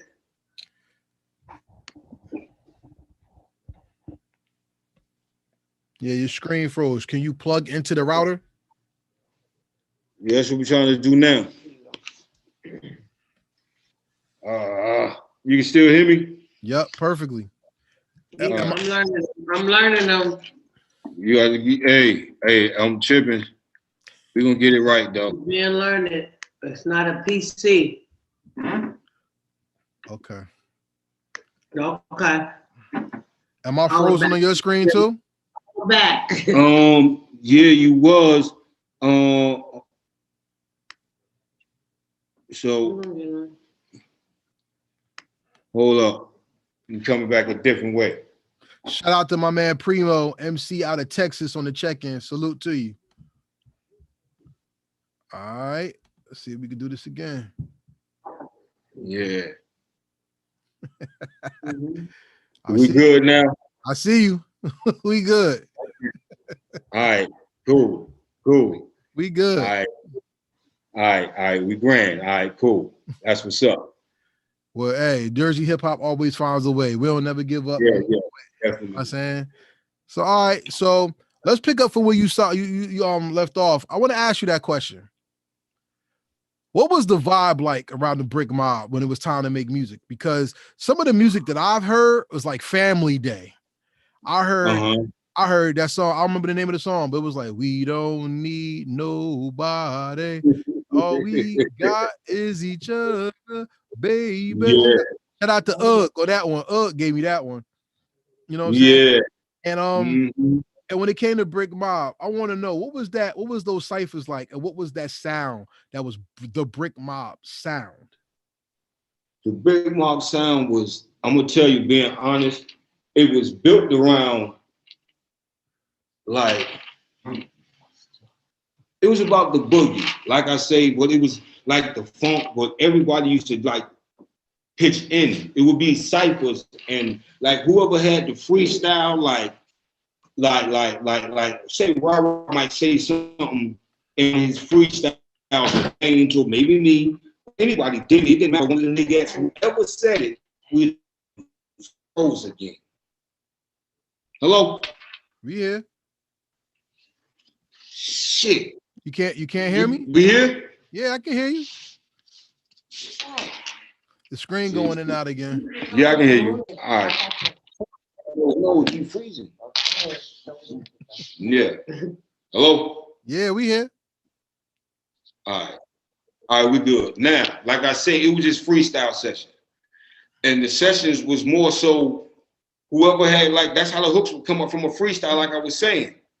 So from those freestyles, most time, everybody would write from there, from those hooks. But it was always about, like Gov say, the funk.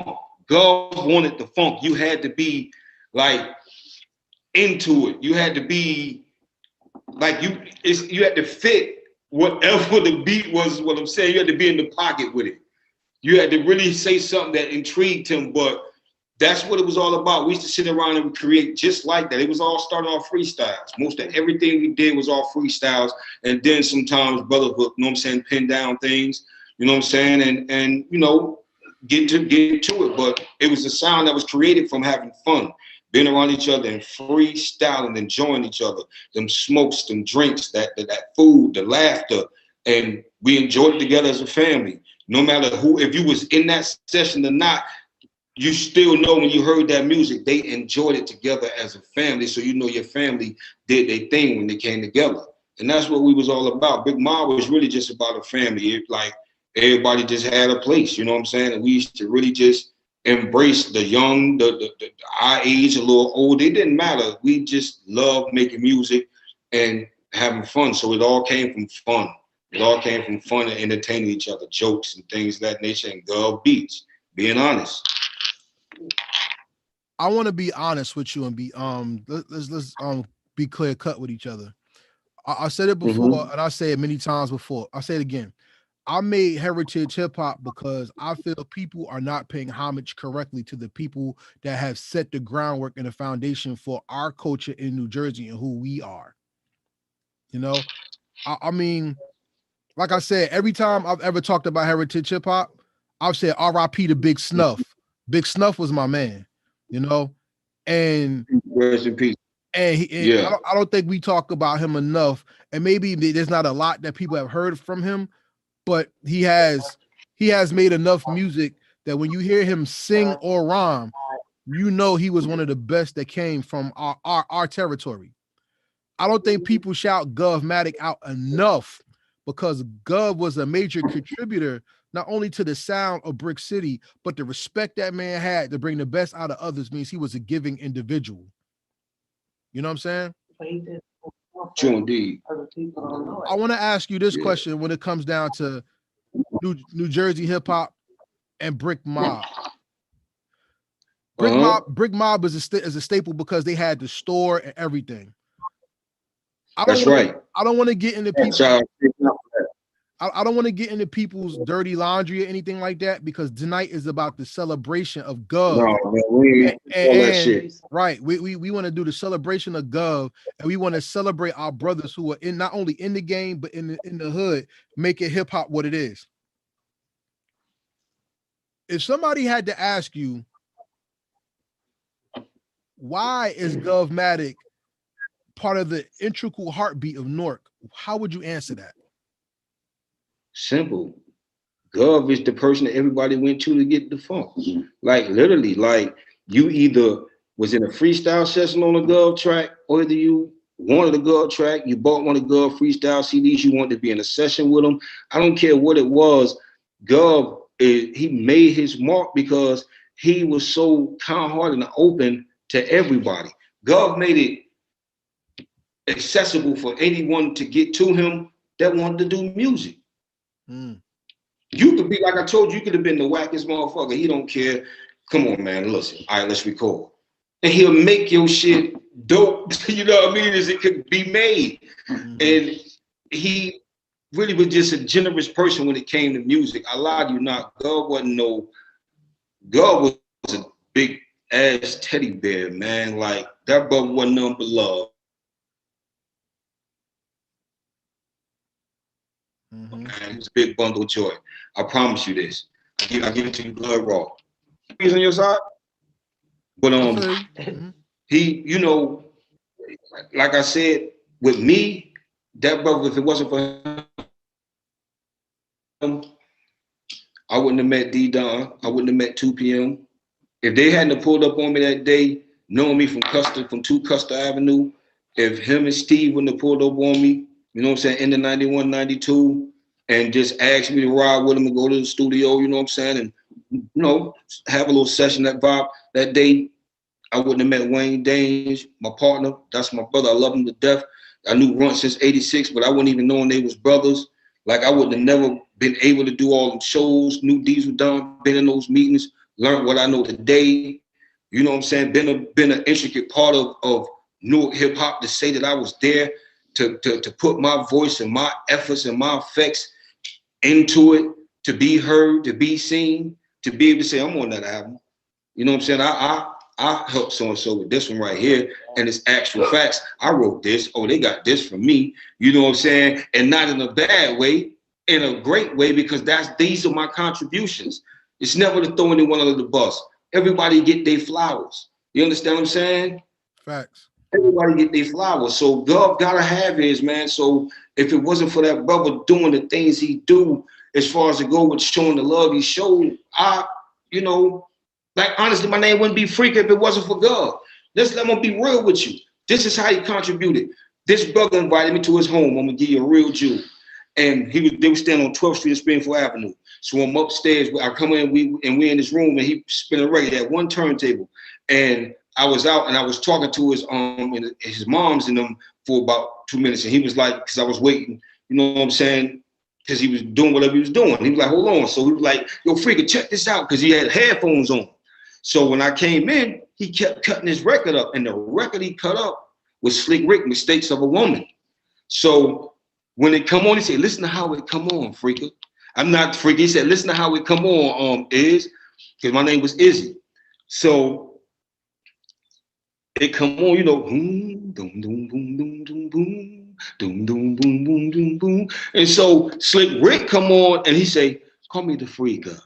I bump it in your speaker. I promise you, we brought that back like 50 times. And while we was doing that laughing, I was like, yo, that's my name. But when I said, yo, that's, he was like, what? I said, Freaka. I'm telling you, I freak. And he was like, oh shit. And we brought it back again. And when he brought it back again, Runt walked in. When Runt walked in, we looked at each other and he was like, oh shit, Donald. Yo, that shit was funny as hell because me and Runt knew each other from Weekway 86. You know what I'm saying? We was freshmen together, man. And so it's like that bond with Gov, being around him brought back so much stuff. Like I was like, even when the brothers, you know what I'm saying, the Dub B's, when our brothers was, you know, would take vacations or whatever, I would be there. I was like his little brother. I was so close with Danes. He realized I was cool as hell with Runt. You know, me and God, we was, you know what I mean? I was the closest thing he had to them right then and there. So we was always together trooping. That's my big bro, man. And anybody say that God didn't put down for Newark, if anybody say that God wasn't doing the, okay, another thing. Leela James, he had a session. It was him and Kanye West. God called me, asked me to do something for him and meet him at the studio. I go and meet him at the studio. A lot of you not, you know what I'm saying, him and Kanye West up there doing whatever. At the time, he was showing Kanye how to filter and all that other stuff. You know what I'm saying? God contributed. So when you hear the things Kanye do, you better believe. Even if Kanye don't ever mention it, I'm the one that had to show up to that studio to make sure y'all got lifted. So yeah, rest in peace, God. And Kanye, shout out to you, bro. But you should tell the world who showed you a lot of them tricks. Because when I heard that joint you did for Scarface, I said, yo, I thought it was God. It reminded me so much of God, because I found out Kanye had did the beat. But y'all was working on Leela James project. So this just to show the things God was doing. He contributed to Red and Meth album. He did the Mike Checker track on they joint. God is a major dude. You know what I'm saying? Like God, like yo, man, please. Wait. So let me ask you this, because we always hear these stories about people coming from the industry to Newark, New Jersey, right? Nas talks about being in Newark. Kanye West talked about being in Newark. We all know the Eminem story, which is still going on about coming to Newark. Did Gov work with all of them as well? I know he worked with Christina Aguilera, but did he work? Do you know him working with? You said Kanye, but what about Consequence and M and Nas? You know anything about that? I don't know. I'm gonna be honest with you. I don't know about him working with like Consequence or Nas or anybody like that, but I know that he had run-ins with like M through the Outsiders or whatever, like him and Runt. Because they used to have little ciphers up in there, whatever. So, you know, I don't know if Gov did beats that he maybe rhymed on. I don't know.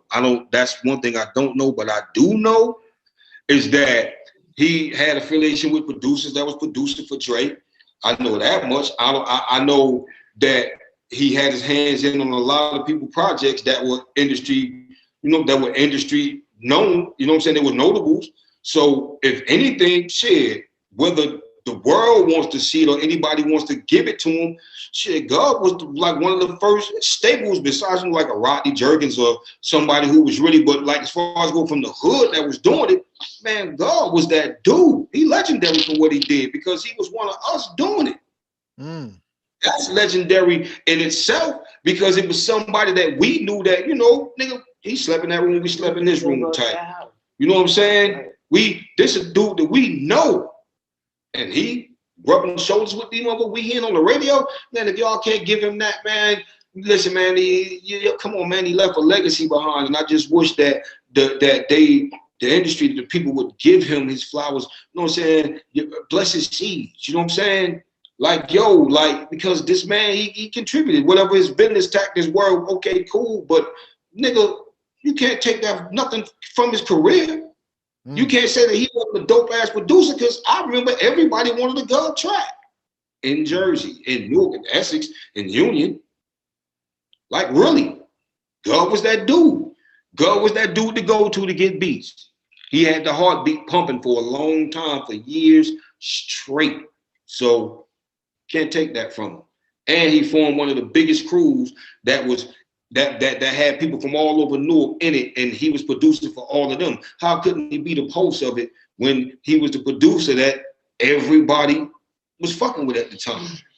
Even though he might fuck with some of the other dudes that did beats, you guaranteed that their crews was rocking off of Gov beats. We wasn't rocking off of other people's beats like that. We was rocking off Gov beats. Other people was rocking off of Gov beats in other crews. So he had to be the pulse. The only thing that's missing from the story that you're telling me is the music. And whenever that music gets released, I think people will understand that much more how important Gov Mattic was. And not to go too long of what I'm saying. The day I met Gov Mattic, it was at Snuff's actual wake or funeral. And Ugg brought him over to me, and that's when we first started to talk. And whenever I called Gov and we had a conversation, not only was it about business, he actually showed me something that was very deep. And it was that sound is made and created at the same time. And he was a person who could put things together that you never even knew was there. From understanding that, I want you to tell me, Gov Mattic's legacy is not his music. You're telling me Gov Mattic's legacy is his influence to give the people power. Is that what's missing? Is that? See, people don't want to. Oh, okay, I'm sorry. Yeah, they don't want to tell the truth about it, like what he was doing. I watched him; his chest not checking. Gov was smart enough to know. I'm telling you, I don't know if anybody else saw, but I'm gonna give you a jewel, and this is an actual fact if you look at it, to show you how he was putting people in position. Mm-hmm. Okay, dope. You know, he's first of all, Runt was the shocker, and I gotta say this: Runt was the shocker. This Gov little brother. Mm-hmm. Gov set it up the way. Okay, Runt and Red, you know, Gilla House. They do your numbers. Mm-hmm. Then you get the Brick Mob. Basically, Danger's the face of Brick Mob. Mm-hmm. So now he got he set it up to where both of his baby brothers, you feel me? Mm-hmm. He left, that's what he was doing. His thing was it was just like positioning, putting people in the right positions to make sure people would be straight, and just putting them in the care of people that he felt as though had their best interests at heart and would make sure that they carried on and was going to be straight. That's it. Gov really would help people. He taught people. He did things so people, when something that somebody else would knock your head off for charging you, Gov wasn't like that. And if people would have understood that, yo, this man deserved, like, yo, if Gov told you, yo, man, just give me 250, 300 for this joint. If you really had any sense, you would think, man, let me give him, you know what I'm saying, 750 for this motherfucker real quick. You know what I'm saying? Because I know for a fact, damn, this nigga name on this, that, and the third. And if you do the right things with it and have him in there with you when you do. See, Gov was just more valuable. He just didn't look at it. He gave for the love of things. He did for the love of the music and for even the love of the people that he dealt with. You know what I'm saying? Like, honestly, I know this for a fact that, you know what I'm saying, that he loved to feed people. He just, man, Gov was a jewel, man. And I miss my big bro. And people need to understand that, man, if y'all don't want to say how much he helped you as far as it go, I don't care. I don't know who went through whatever, but just think about all the things he did do for you when you first met him, when you didn't know the things that you didn't know. And the things that he did receptively take from you that you gave him, and he applied it and he showed you he did. If you showed him something and he applied it, that should make you proud, because that means he valued what you taught him. Fact. So I'm just speaking to, you know what I'm saying? So please understand, give him his flowers, man. Because the brother gone, and you should have gave it to him when he was here. Because I promise you, I wish that last conversation we had when we said we was going to do that next EP from the conversation Runt had with him and told me to call Gov, because they had just got finished talking about me. And it was all in great, it was brotherly love, like, call big bro, Freaka. And I said, okay. And I hung up the phone with Runt. Maybe about 20 minutes later, I called big bro. And we chopped it up and we laughed and we chuckled and we said, yo, we finna do a Funk Nigga EP #2. That was the first EP that had ever went out, and we pumped it in the streets. That was 92, 93. That was my joint. And we was gonna redo it again. He still had the beats and shit. And, you know, we just, you know, because it's just, I wish I could have saw that. And I was looking forward to it. And, you know, so I mean, man, I was happy at least to have made amends then for all, you know, whatever had went on.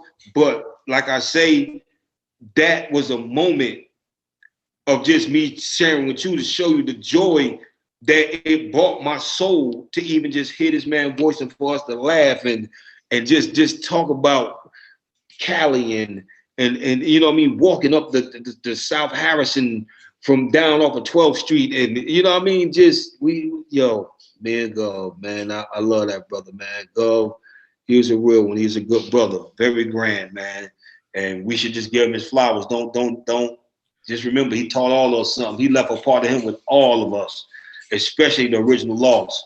He left, and I know it because we can just sit and think about him and cry and laugh because it hurt for him not to be around. And you know what I'm saying? It feels so good that just be able to remember and laugh about him and know, you know what I'm saying, the great memories, you know what I'm saying, through it all. And I always picture that laugh of how he, oh man, I just pictured it. But anyway, man, I love him, man. And I just want to say that I probably got off topic, but I promise y'all, man, that's my bro, man, and that's all I got to say. If it wasn't for him, man, a lot of us, you know what I mean, he saved a lot of us as far as it go when it comes to the music thing. He gave us something to look forward to, and he gave us a hope, and I promise you, he gave us a shot and a chance, and he exposed a few of us to some great things. A lot of us, just because of knowing Gov, got to go to them shows and to see the stars and to even perform with him and to get on records and albums just from knowing the brother. So come on, man. So Gov's influence with you even went beyond Brick Mob, but you started your own thing. Talk about that, and let's give some respect to you and your team for what y'all do. Peace, you know what I'm saying? It's you know, it's from the bricks to the sticks, you know what I'm saying? I'm originally from Dade City, Florida, born and raised. I moved to Jersey, 91?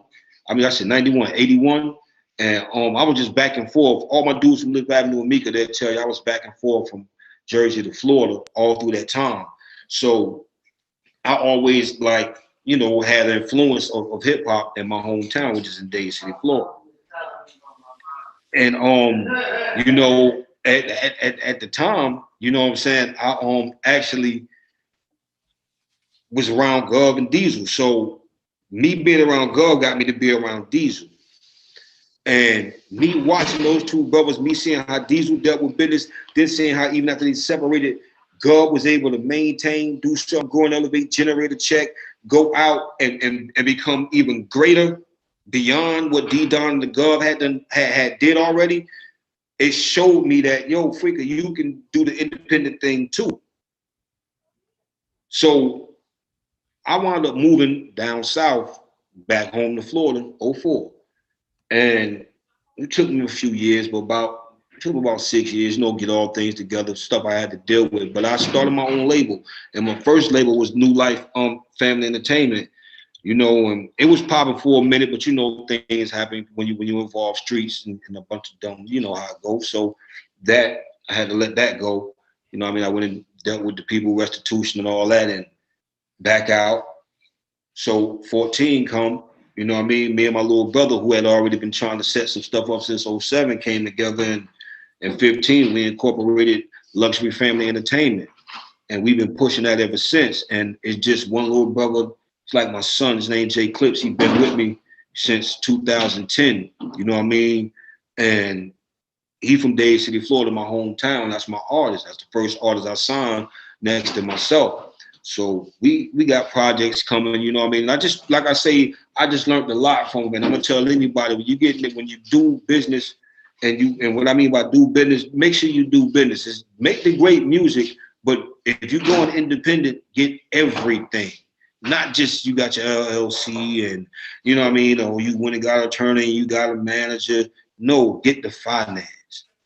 Get you a budget. You need a budget.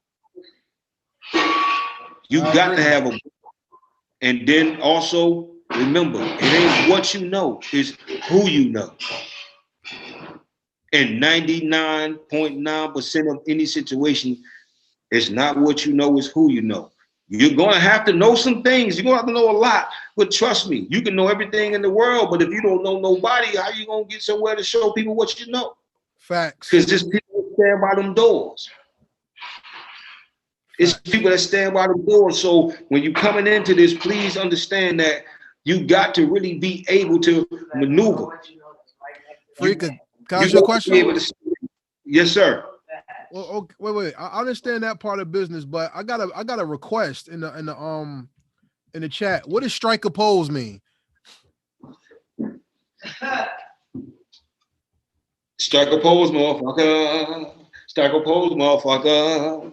If you're riding in your whip and you this shit and your damn motherfucker talk slick into the clip, strike a pose, motherfucker. That's me and Wayne Danes, man. Strike a pose, man. Yeah, okay. Strike a pose is a fucking song that was done, God produced. And oh shit, yo, we did that like 99, 2000 on the Nitty Gritty album. That's Nitty Gritty. That's me and Wayne Danes. Yo, whoever that is that said that, tell him I said, yo, strike a pose, motherfucker.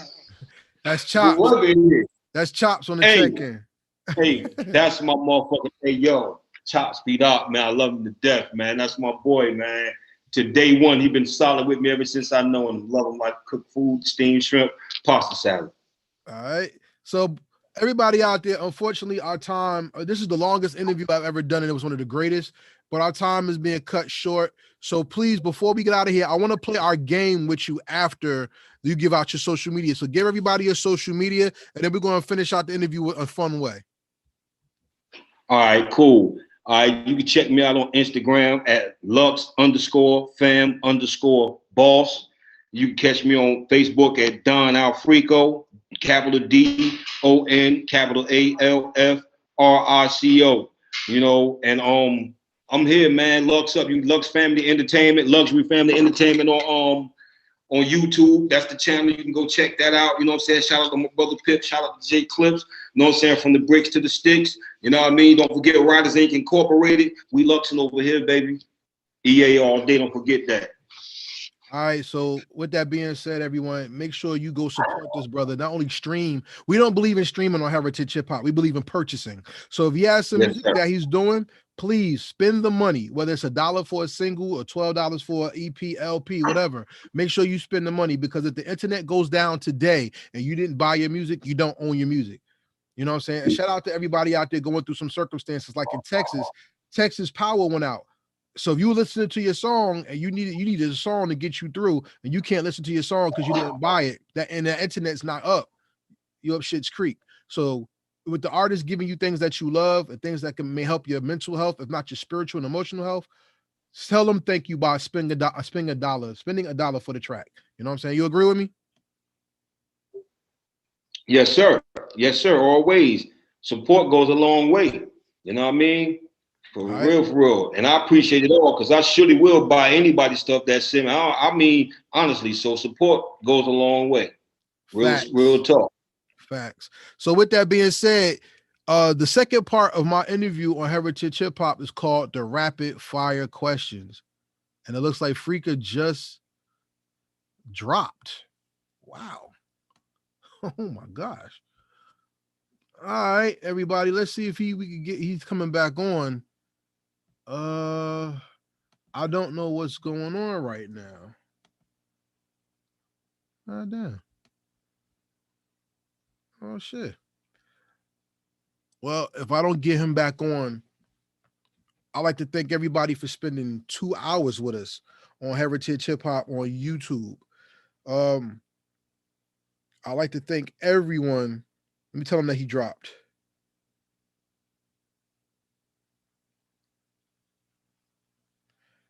I'd like to thank everybody for chilling with us for the 2 hours that we gave you on Heritage Hip Hop. Yo. Oh, you there? I see you. Yeah, I'm here, baby. Yeah. All right. Yeah, I can't leave him like that, man. You know what I'm saying? Yeah. We gonna talk, yo. Hey, let me plug this real quick. Hey, yo, 2 singles dropping, Built for This by D Rich, you know that's Freaka. And then another joint, you know what I'm saying, called Paper Cuts featuring Jay Clips by me as well. You know what I'm saying? D Rich, Freaka D. You know what I'm saying? Coming out on Lux Fam joint. We dropping that joint at the beginning of March, both of them, videos and everything. Get ready for that, man. We about to heat it up. You know what I mean? And shout out to QBS You know what I'm saying? Down there on the block on EA, man, saying 515. What's good? QBSRT, man. Go follow my baby bro. You know what I'm saying? That's some EA love right there. Don't forget that. Shout out to Fuck That. What's up, Toby the Rebel? You know what I'm saying? Bo, what's up, Rick? You know what I mean? Everybody, Bird down there. I already shouted out Pip. You know what I'm saying? Everybody, the whole city, the whole bricks. Y'all know what to do, man. G Block, Faith Evans, what's good? Hey, and to my sis, Faith Evans, she came in here, she set this whole, she got me set up. You know what I'm saying? Yeah. For real. That's who was in here. Y'all heard in here chopping it up on me. Come on, say hi. Say hi to the people, mama. Say hi to the people. Y'all see, y'all gotta understand. Special. See what I'm saying? All day. Just understand what happened. What? Legend. Oh yeah, just in case y'all know, I taught how to beatbox, her first rounds, all that shit. Y'all want to know the contributions. We just didn't get deep. That's the next joint. And all of that. So y'all need to know who y'all talking to. And then for another joint. Anyway, love. You know what I'm saying? Yeah. All right, well, I want to say this. I want to say this to you before we finish this out. Anything that you bring out, if you want me to showcase it on Heritage Hip Hop, send it to me, and I got you. I got you, King. I appreciate it. And thank you for this interview. Man, I appreciate you. Thank you for the platform.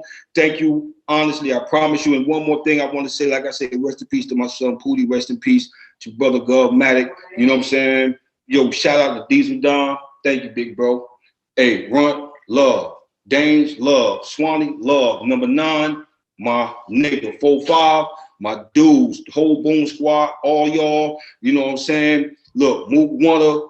Hey, listen, the whole EA from the bottom to the top. You know what I'm saying? Gen 10, you know what it is, General. You know how we do Joker, DJ Flex. And listen, we didn't even get the Flex, but Flex and Gov is the ones who created the sound. And I need to say that.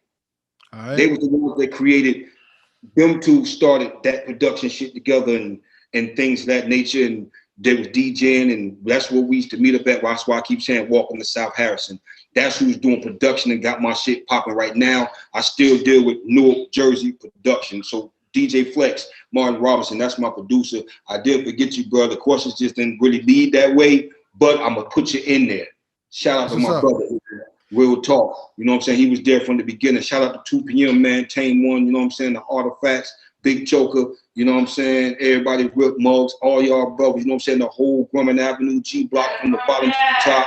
Y'all know what it is, man. We don't stop. You know what I mean? Hey, shout out to Clayton Place, Hawthorne Avenue. Y'all know what it is. Well, everybody that you named, y'all all welcome on Heritage Hip Hop. And Miss Faith, I hope to get her on here too, so we can have a good Jersey conversation. You know what I'm saying? Yeah. Miss Faith. Hey.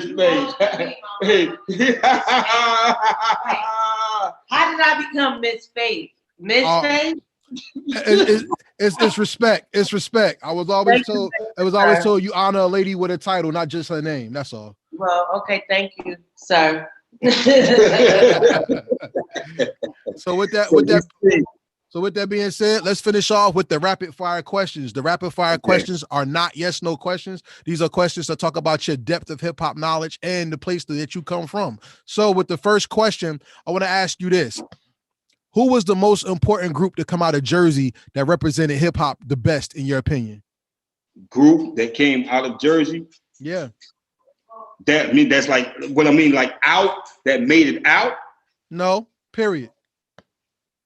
Ooh, that's a hard one because it's just a couple of them. Because I gotta say D Don and the Gov, but then I gotta say 2 p.m. But then I gotta say Nitty Gritty. My squad. You know what I'm saying? British Brigade, Brick Mob. You know what I'm saying? Hey, that's being honest. Okay. My next question is this. If someone had to come to you and say, I want to start a label and you're only going to get 3 acts, who are you signing from Newark to put Newark on? Right now, today? Period. Oh, 2 p.m. That's Wayne Danes, Runt Dog, because they're a group. You know what I mean? Brothers, WBs. Yeah, they're a group. You get what I'm saying? And probably STR, Stone Town Rebellions. You know what I'm saying? YB, Foul Mouth, Stro, and Dead Up. Okay. What song or album perfectly represents you? that's not from y'all catalog? Ooh. Okay. I'm gonna put it this way. I couldn't say a better song, or should I say, have you ever heard Scarface, Dollar Bill? Of course, got every album he dropped. You ever heard Scarface, Jesse James? Yes. That's me. That's what I'm just being honest. I'm not. If you could pick between those two, but that's where it's at. And because if you really want to, Scarface impressed me the most behind, like he took over the driver's seat for the brother Just Ice. But if we had to pick a song, see, Scarface got so many I couldn't pick them, but it's between him and then Slipping by DMX. You know what I'm saying? Okay. Great, good classics. I want to ask you this question. What MC in the game could have benefited from working with Gov Mattic the most and that they missed out on their opportunity?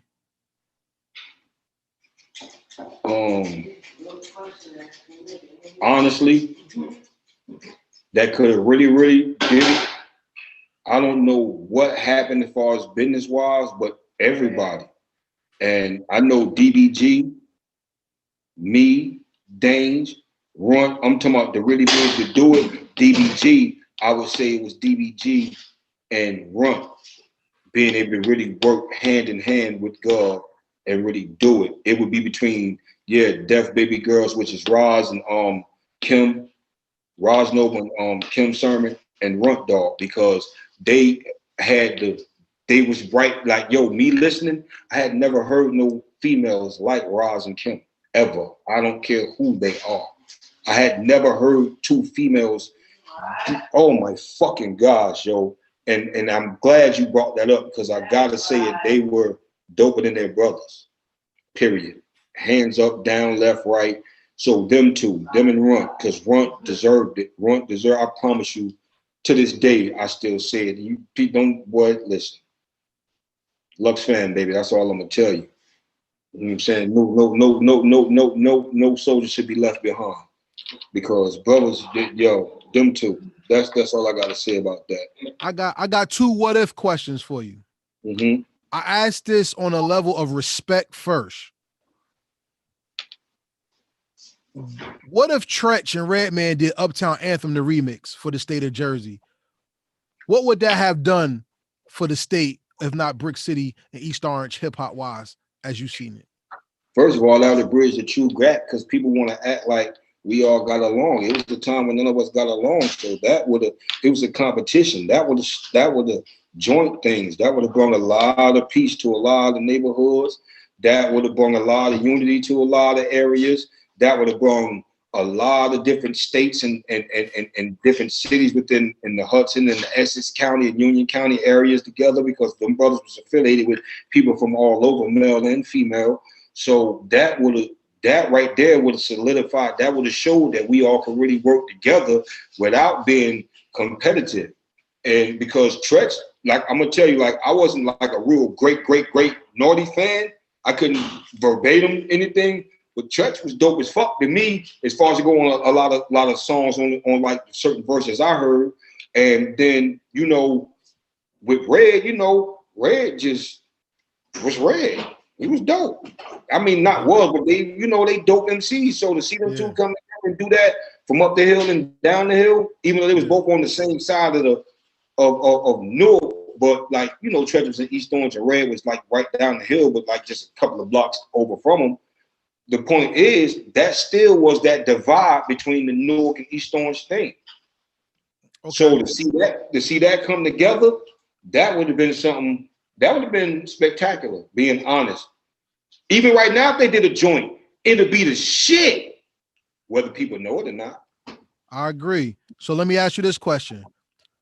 What if Diezzel Don, the governor, Gilla House, and Brick Mob were together? What would that mean? that means everybody in New Jersey would be on, and everybody in Virginia and Florida and New York and Atlantic City and that means it would be a big building with record labels and clothing lines and barbershops and hair salons and jobs for people, and it would be people rapping. It would be love because now there's work in the city. It would have been a conglomerate. It would have been the biggest thing ever. It would be the new empire. It would be Atlanta. I have 3 more questions. Mm-hmm. My next question is this. Do you know why it was important for me to talk to you from my level? Do you understand that before I ask you the question? Do you get it? Yes, sir. Okay. So understanding my side of it, I want to ask you this. How do I value what was if there's nothing to pass down from it?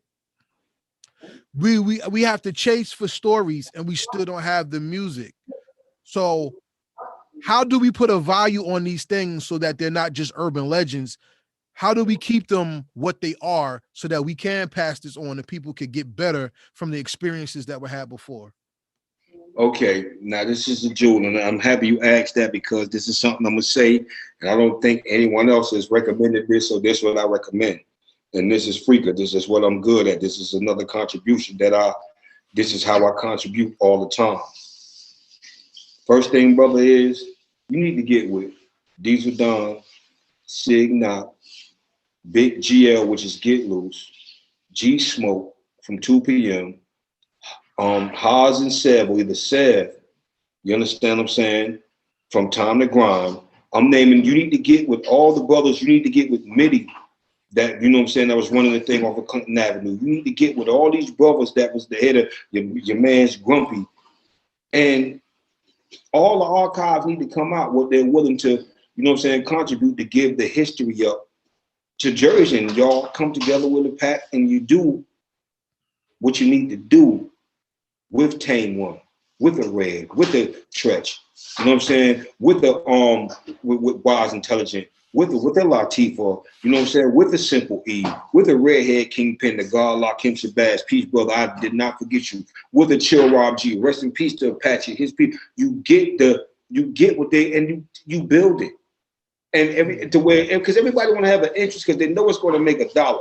So if everybody putting in and putting their part in, and getting the executive like they're supposed to, and really looking at it becoming a series instead of just a movie and making it a movement, then of course the story will be told. You got to let it go. You're going to die holding on to something. You remember this right here? You can't get your shit because you can't do that. How you going to receive something if you're like this? So this is just to the brothers. Anybody that's watching, tell the brothers, please, man, let it go.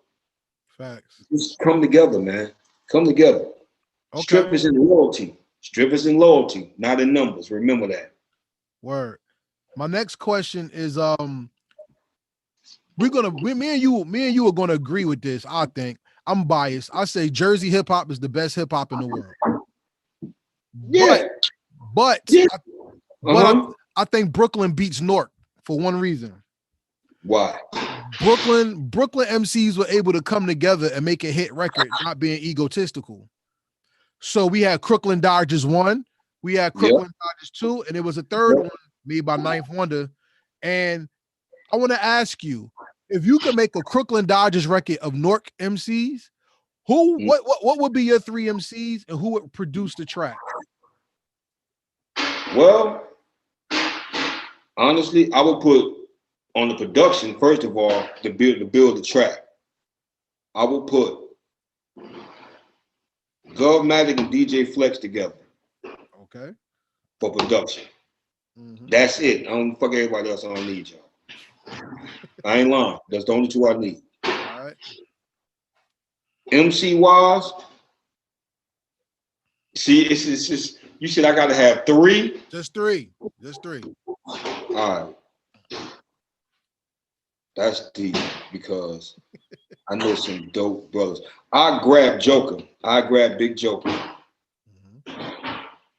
I will probably grab YB, Youngblood.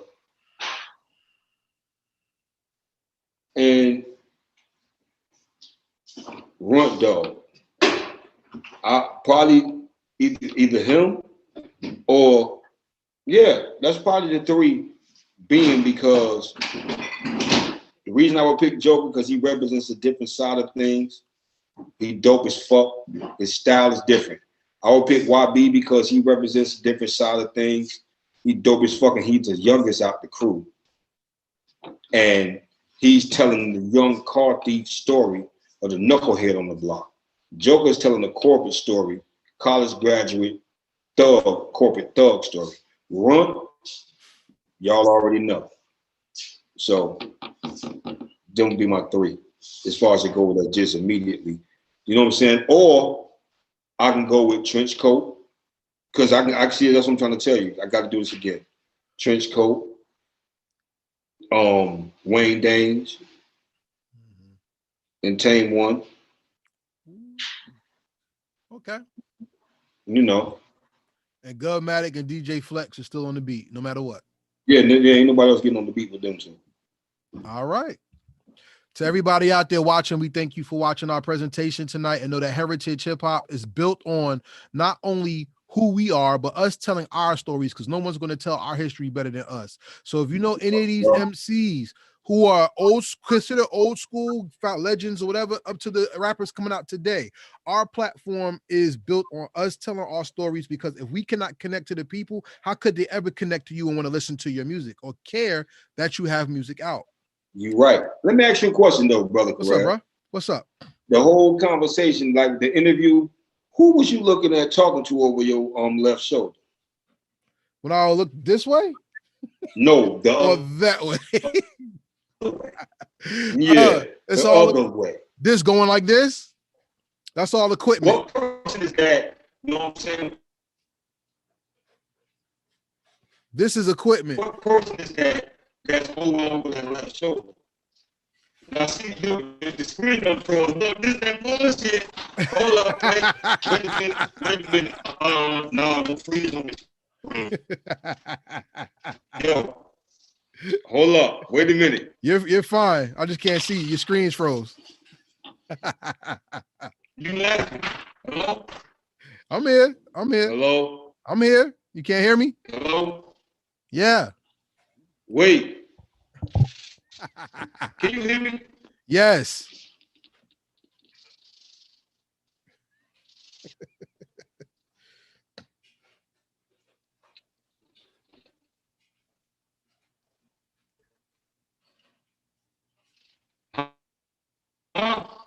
Yes.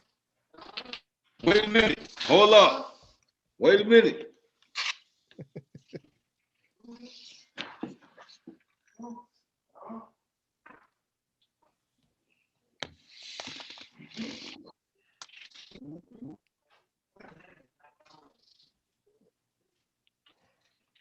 Wait, hey.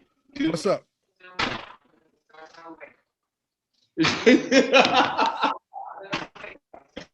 Wait, I can't see you. Hey, I'm here. I'm here. This is the funniest interview ever. Yeah.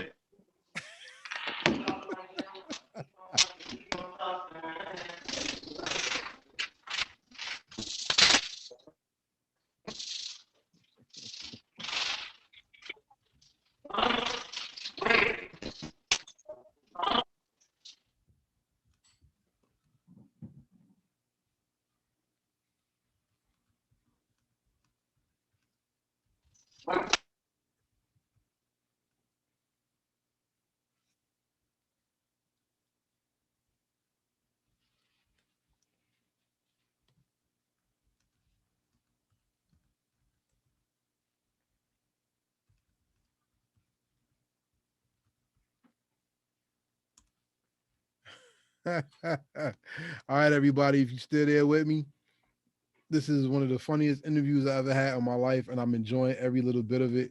I don't know why the internet keeps going in and out, but at the end of the day, I'm loving this. So I got to hear Brick City hip hop history, and we're getting everything together. You know what I'm saying? So I guess Freaka is right now walking around trying to get his internet right.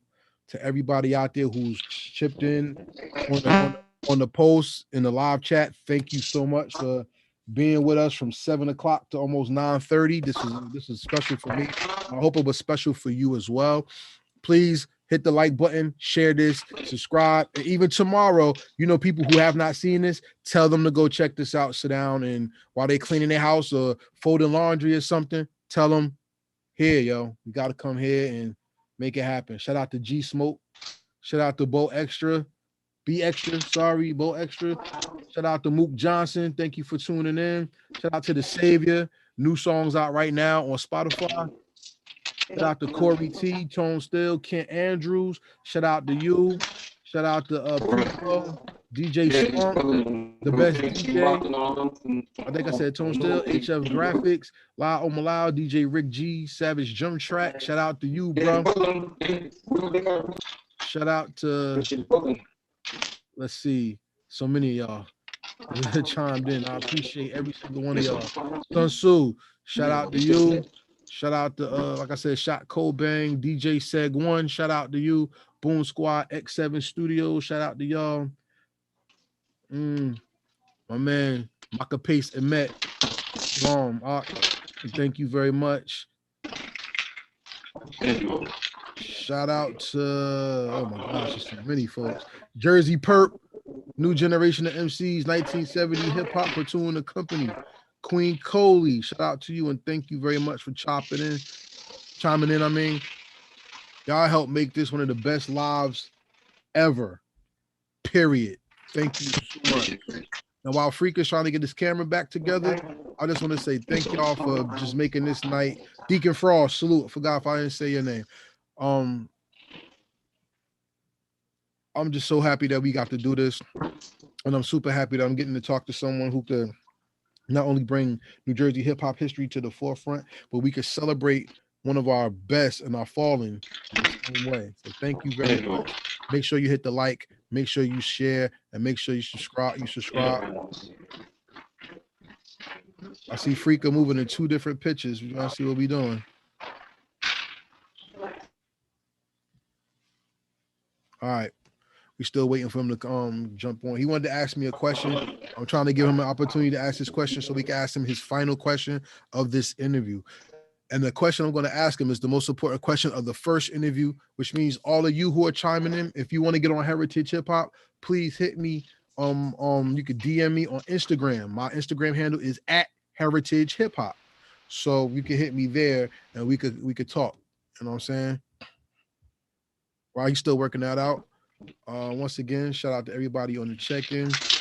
Make sure you go check out Lux Fam on SoundCloud, where his music is.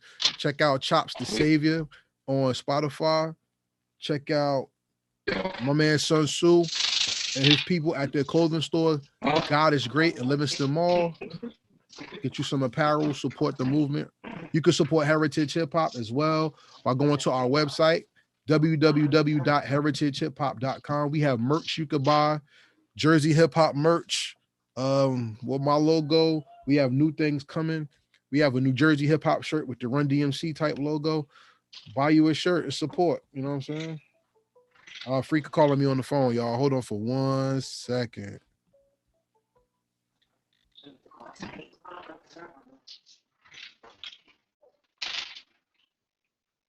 Yeah, is you still on? Yeah, I'm looking at you right now. I can't. Yo, can you hear me?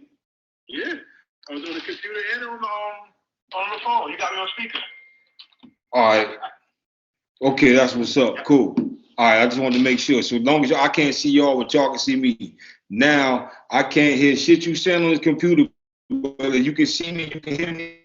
I'm gonna listen to you on the phone. Finish what you were saying. Yeah, you just got up on your chair, right? Yeah. Yeah, I can see everything. Oh. I just can't see you on the screen because it's frozen. Okay. But we still alive and shit. Yeah, we still are. All right, everybody, look, man. Listen, y'all got excuses. Shit tripping, you know, this weather. Y'all know what it is. But anyway.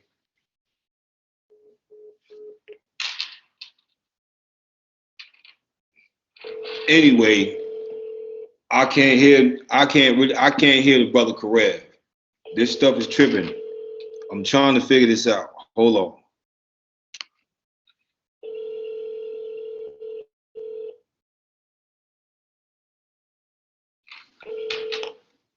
I'm trying to figure this out, y'all. I promise y'all. This is, hold up, wait a minute. Bingo, hold up. We back. Wait a minute, give me 1 second. I'm coming to the brother.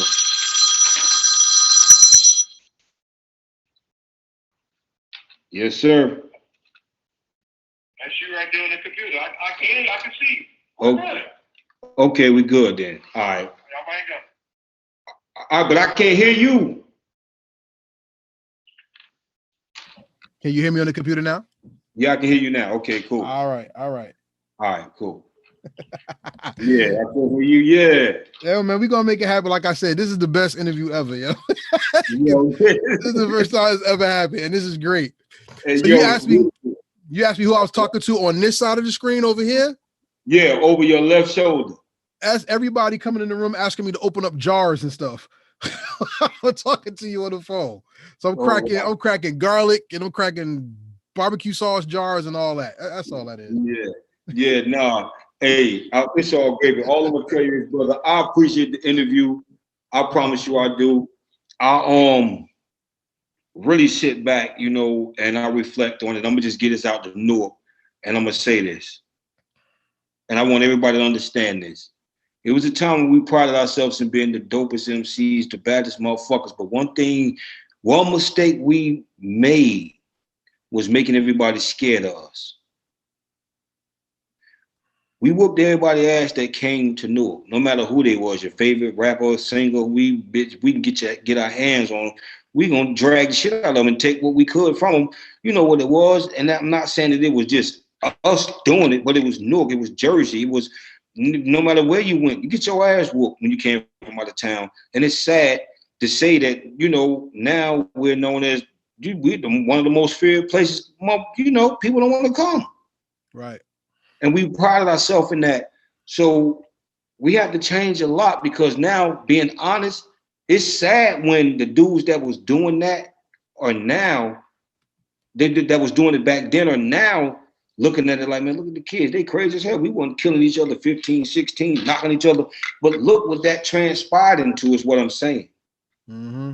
See, a lifestyle got bought here through music, through movies. Mm-hmm.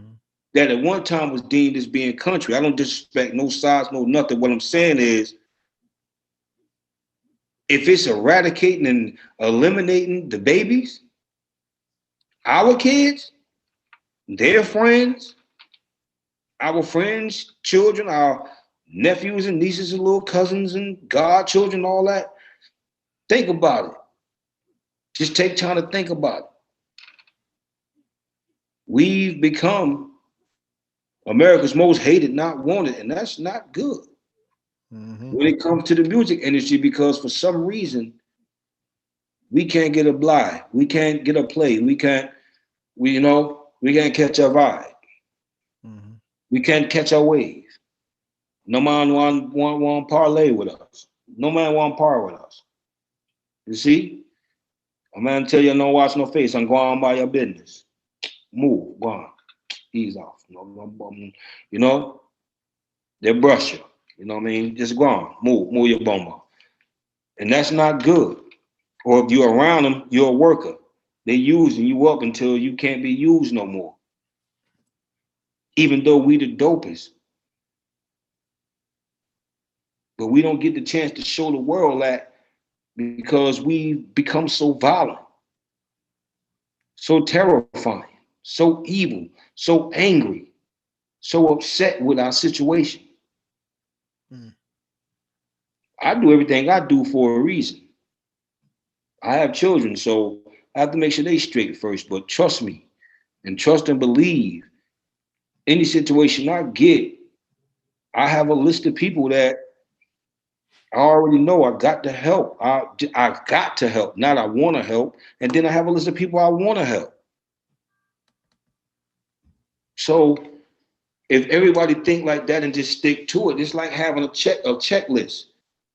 And that's what I deal with. I can't tell everybody else to do that. And what I'm saying is, please understand, please, Stop thinking that fear is the key, or that you got to be the most toughest motherfucker or a killer, or to be better than the next person to get somewhere. Because that's gotten us nowhere. I'm glad you said that, because that was part of the last question I was going to ask you, is that the legacy of Newark and what happened with out of towners coming to Newark contributed to people saying that Jersey's too crazy, y'all too wild, and we can't control you, so you've been locked out of the industry. Redman has talked about it. Rod Digger has talked about it. Both of them said it on Drink Champs or Doggy Diamonds. And even now, where everybody seems to be aging out of the mainstream spotlight, many lessons or jewels are being taught from that era, just like you're giving to us today. So my final question to you, Freaka, Brick Mob, Lux Fam Entertainment, New Jersey hip hop, Florida hip hop, wherever you, Cali now, wherever you at, you take the spirit of hip hop with you. I want to ask you, from your contributions to hip hop, the most important question I'm going to ask you on your first interview, because you're welcome to come back if you so choose to. What is the legacy that you leave behind in this game that made the world better? Get your life right. Get your life right.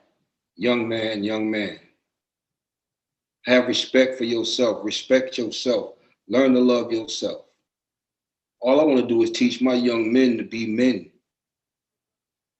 Stop being males and stop being dependent upon the women, and don't be so abusive, and learn to love yourself and be able to look at the next brother and just know that that's your brother. My whole thing is get your life right. Get your mind right. Eat right. Get your spirit right. Let's preserve life. Let's have something. Let's generate some generational wealth. My legacy is just to see my people, my loved ones, and anyone else that's willing to be happy and at peace, man. Me to just bring food and entertainment to your life, and joy and stability. I'm not about all that. I'm simple, bro. You know what I'm saying? I'm very simple. It's about everybody learning to respect themselves and love themselves first and accept themselves. Just love that person in the mirror. If Freaka ain't never told nobody nothing no different, you got to judge yourself. Don't judge yourself by no one else's accomplishments or failures. Just look at yourself. You be the judge of you. So with that being said, everybody, always live your truth and be truthful, which means always be 100 with everybody around you. Be 100 with yourself first and give your love of yourself to the world, because nobody will ever love you if you don't love yourself. And we want to, before we leave, bro, can you pour that and put the cup in the air one time? I don't have a cup myself, but we're going to toast to Gov Mattic, and we're going to toast to all the fallen MCs in Jersey who contributed to our story. Salute. Salute. Who Diezzel, baby. And with that being said, this is Karev of Heritage Hip Hop with Freaka, a Lux Fam Entertainment, saying peace, and we out. Baby, peace. And we love Faith Evans. Make sure you let her know. Hey, yo, hey, see, I told you, I told special guest type. See, that's what I'm trying to. Brick City, baby. You said with the contribution. See, I didn't even give you that story though. No, you didn't. You feel me? So contributions, they want to know who. Come on, man, y'all talk, boy. It's me, and I love y'all though. Trust me, there ain't nothing arrogant. This is me. I love y'all, man. Come on, man, it's Freaka, man. That's just for y'all special joints. You know what I'm saying? Lux up, man. Everybody do what you do. Let me get to what I gotta do. I gotta go visit some folks, man. Hey, brother, I'm gonna give you a call. Hey, shout out to Lux fam. As I told you, from the bricks to the sticks, the whole EA, the whole Newark, the whole Day City, Florida. Hey, man, listen, y'all know what it is. Y'all tighten it up, man. Let's get right. You know what I mean? Slide with me like grease.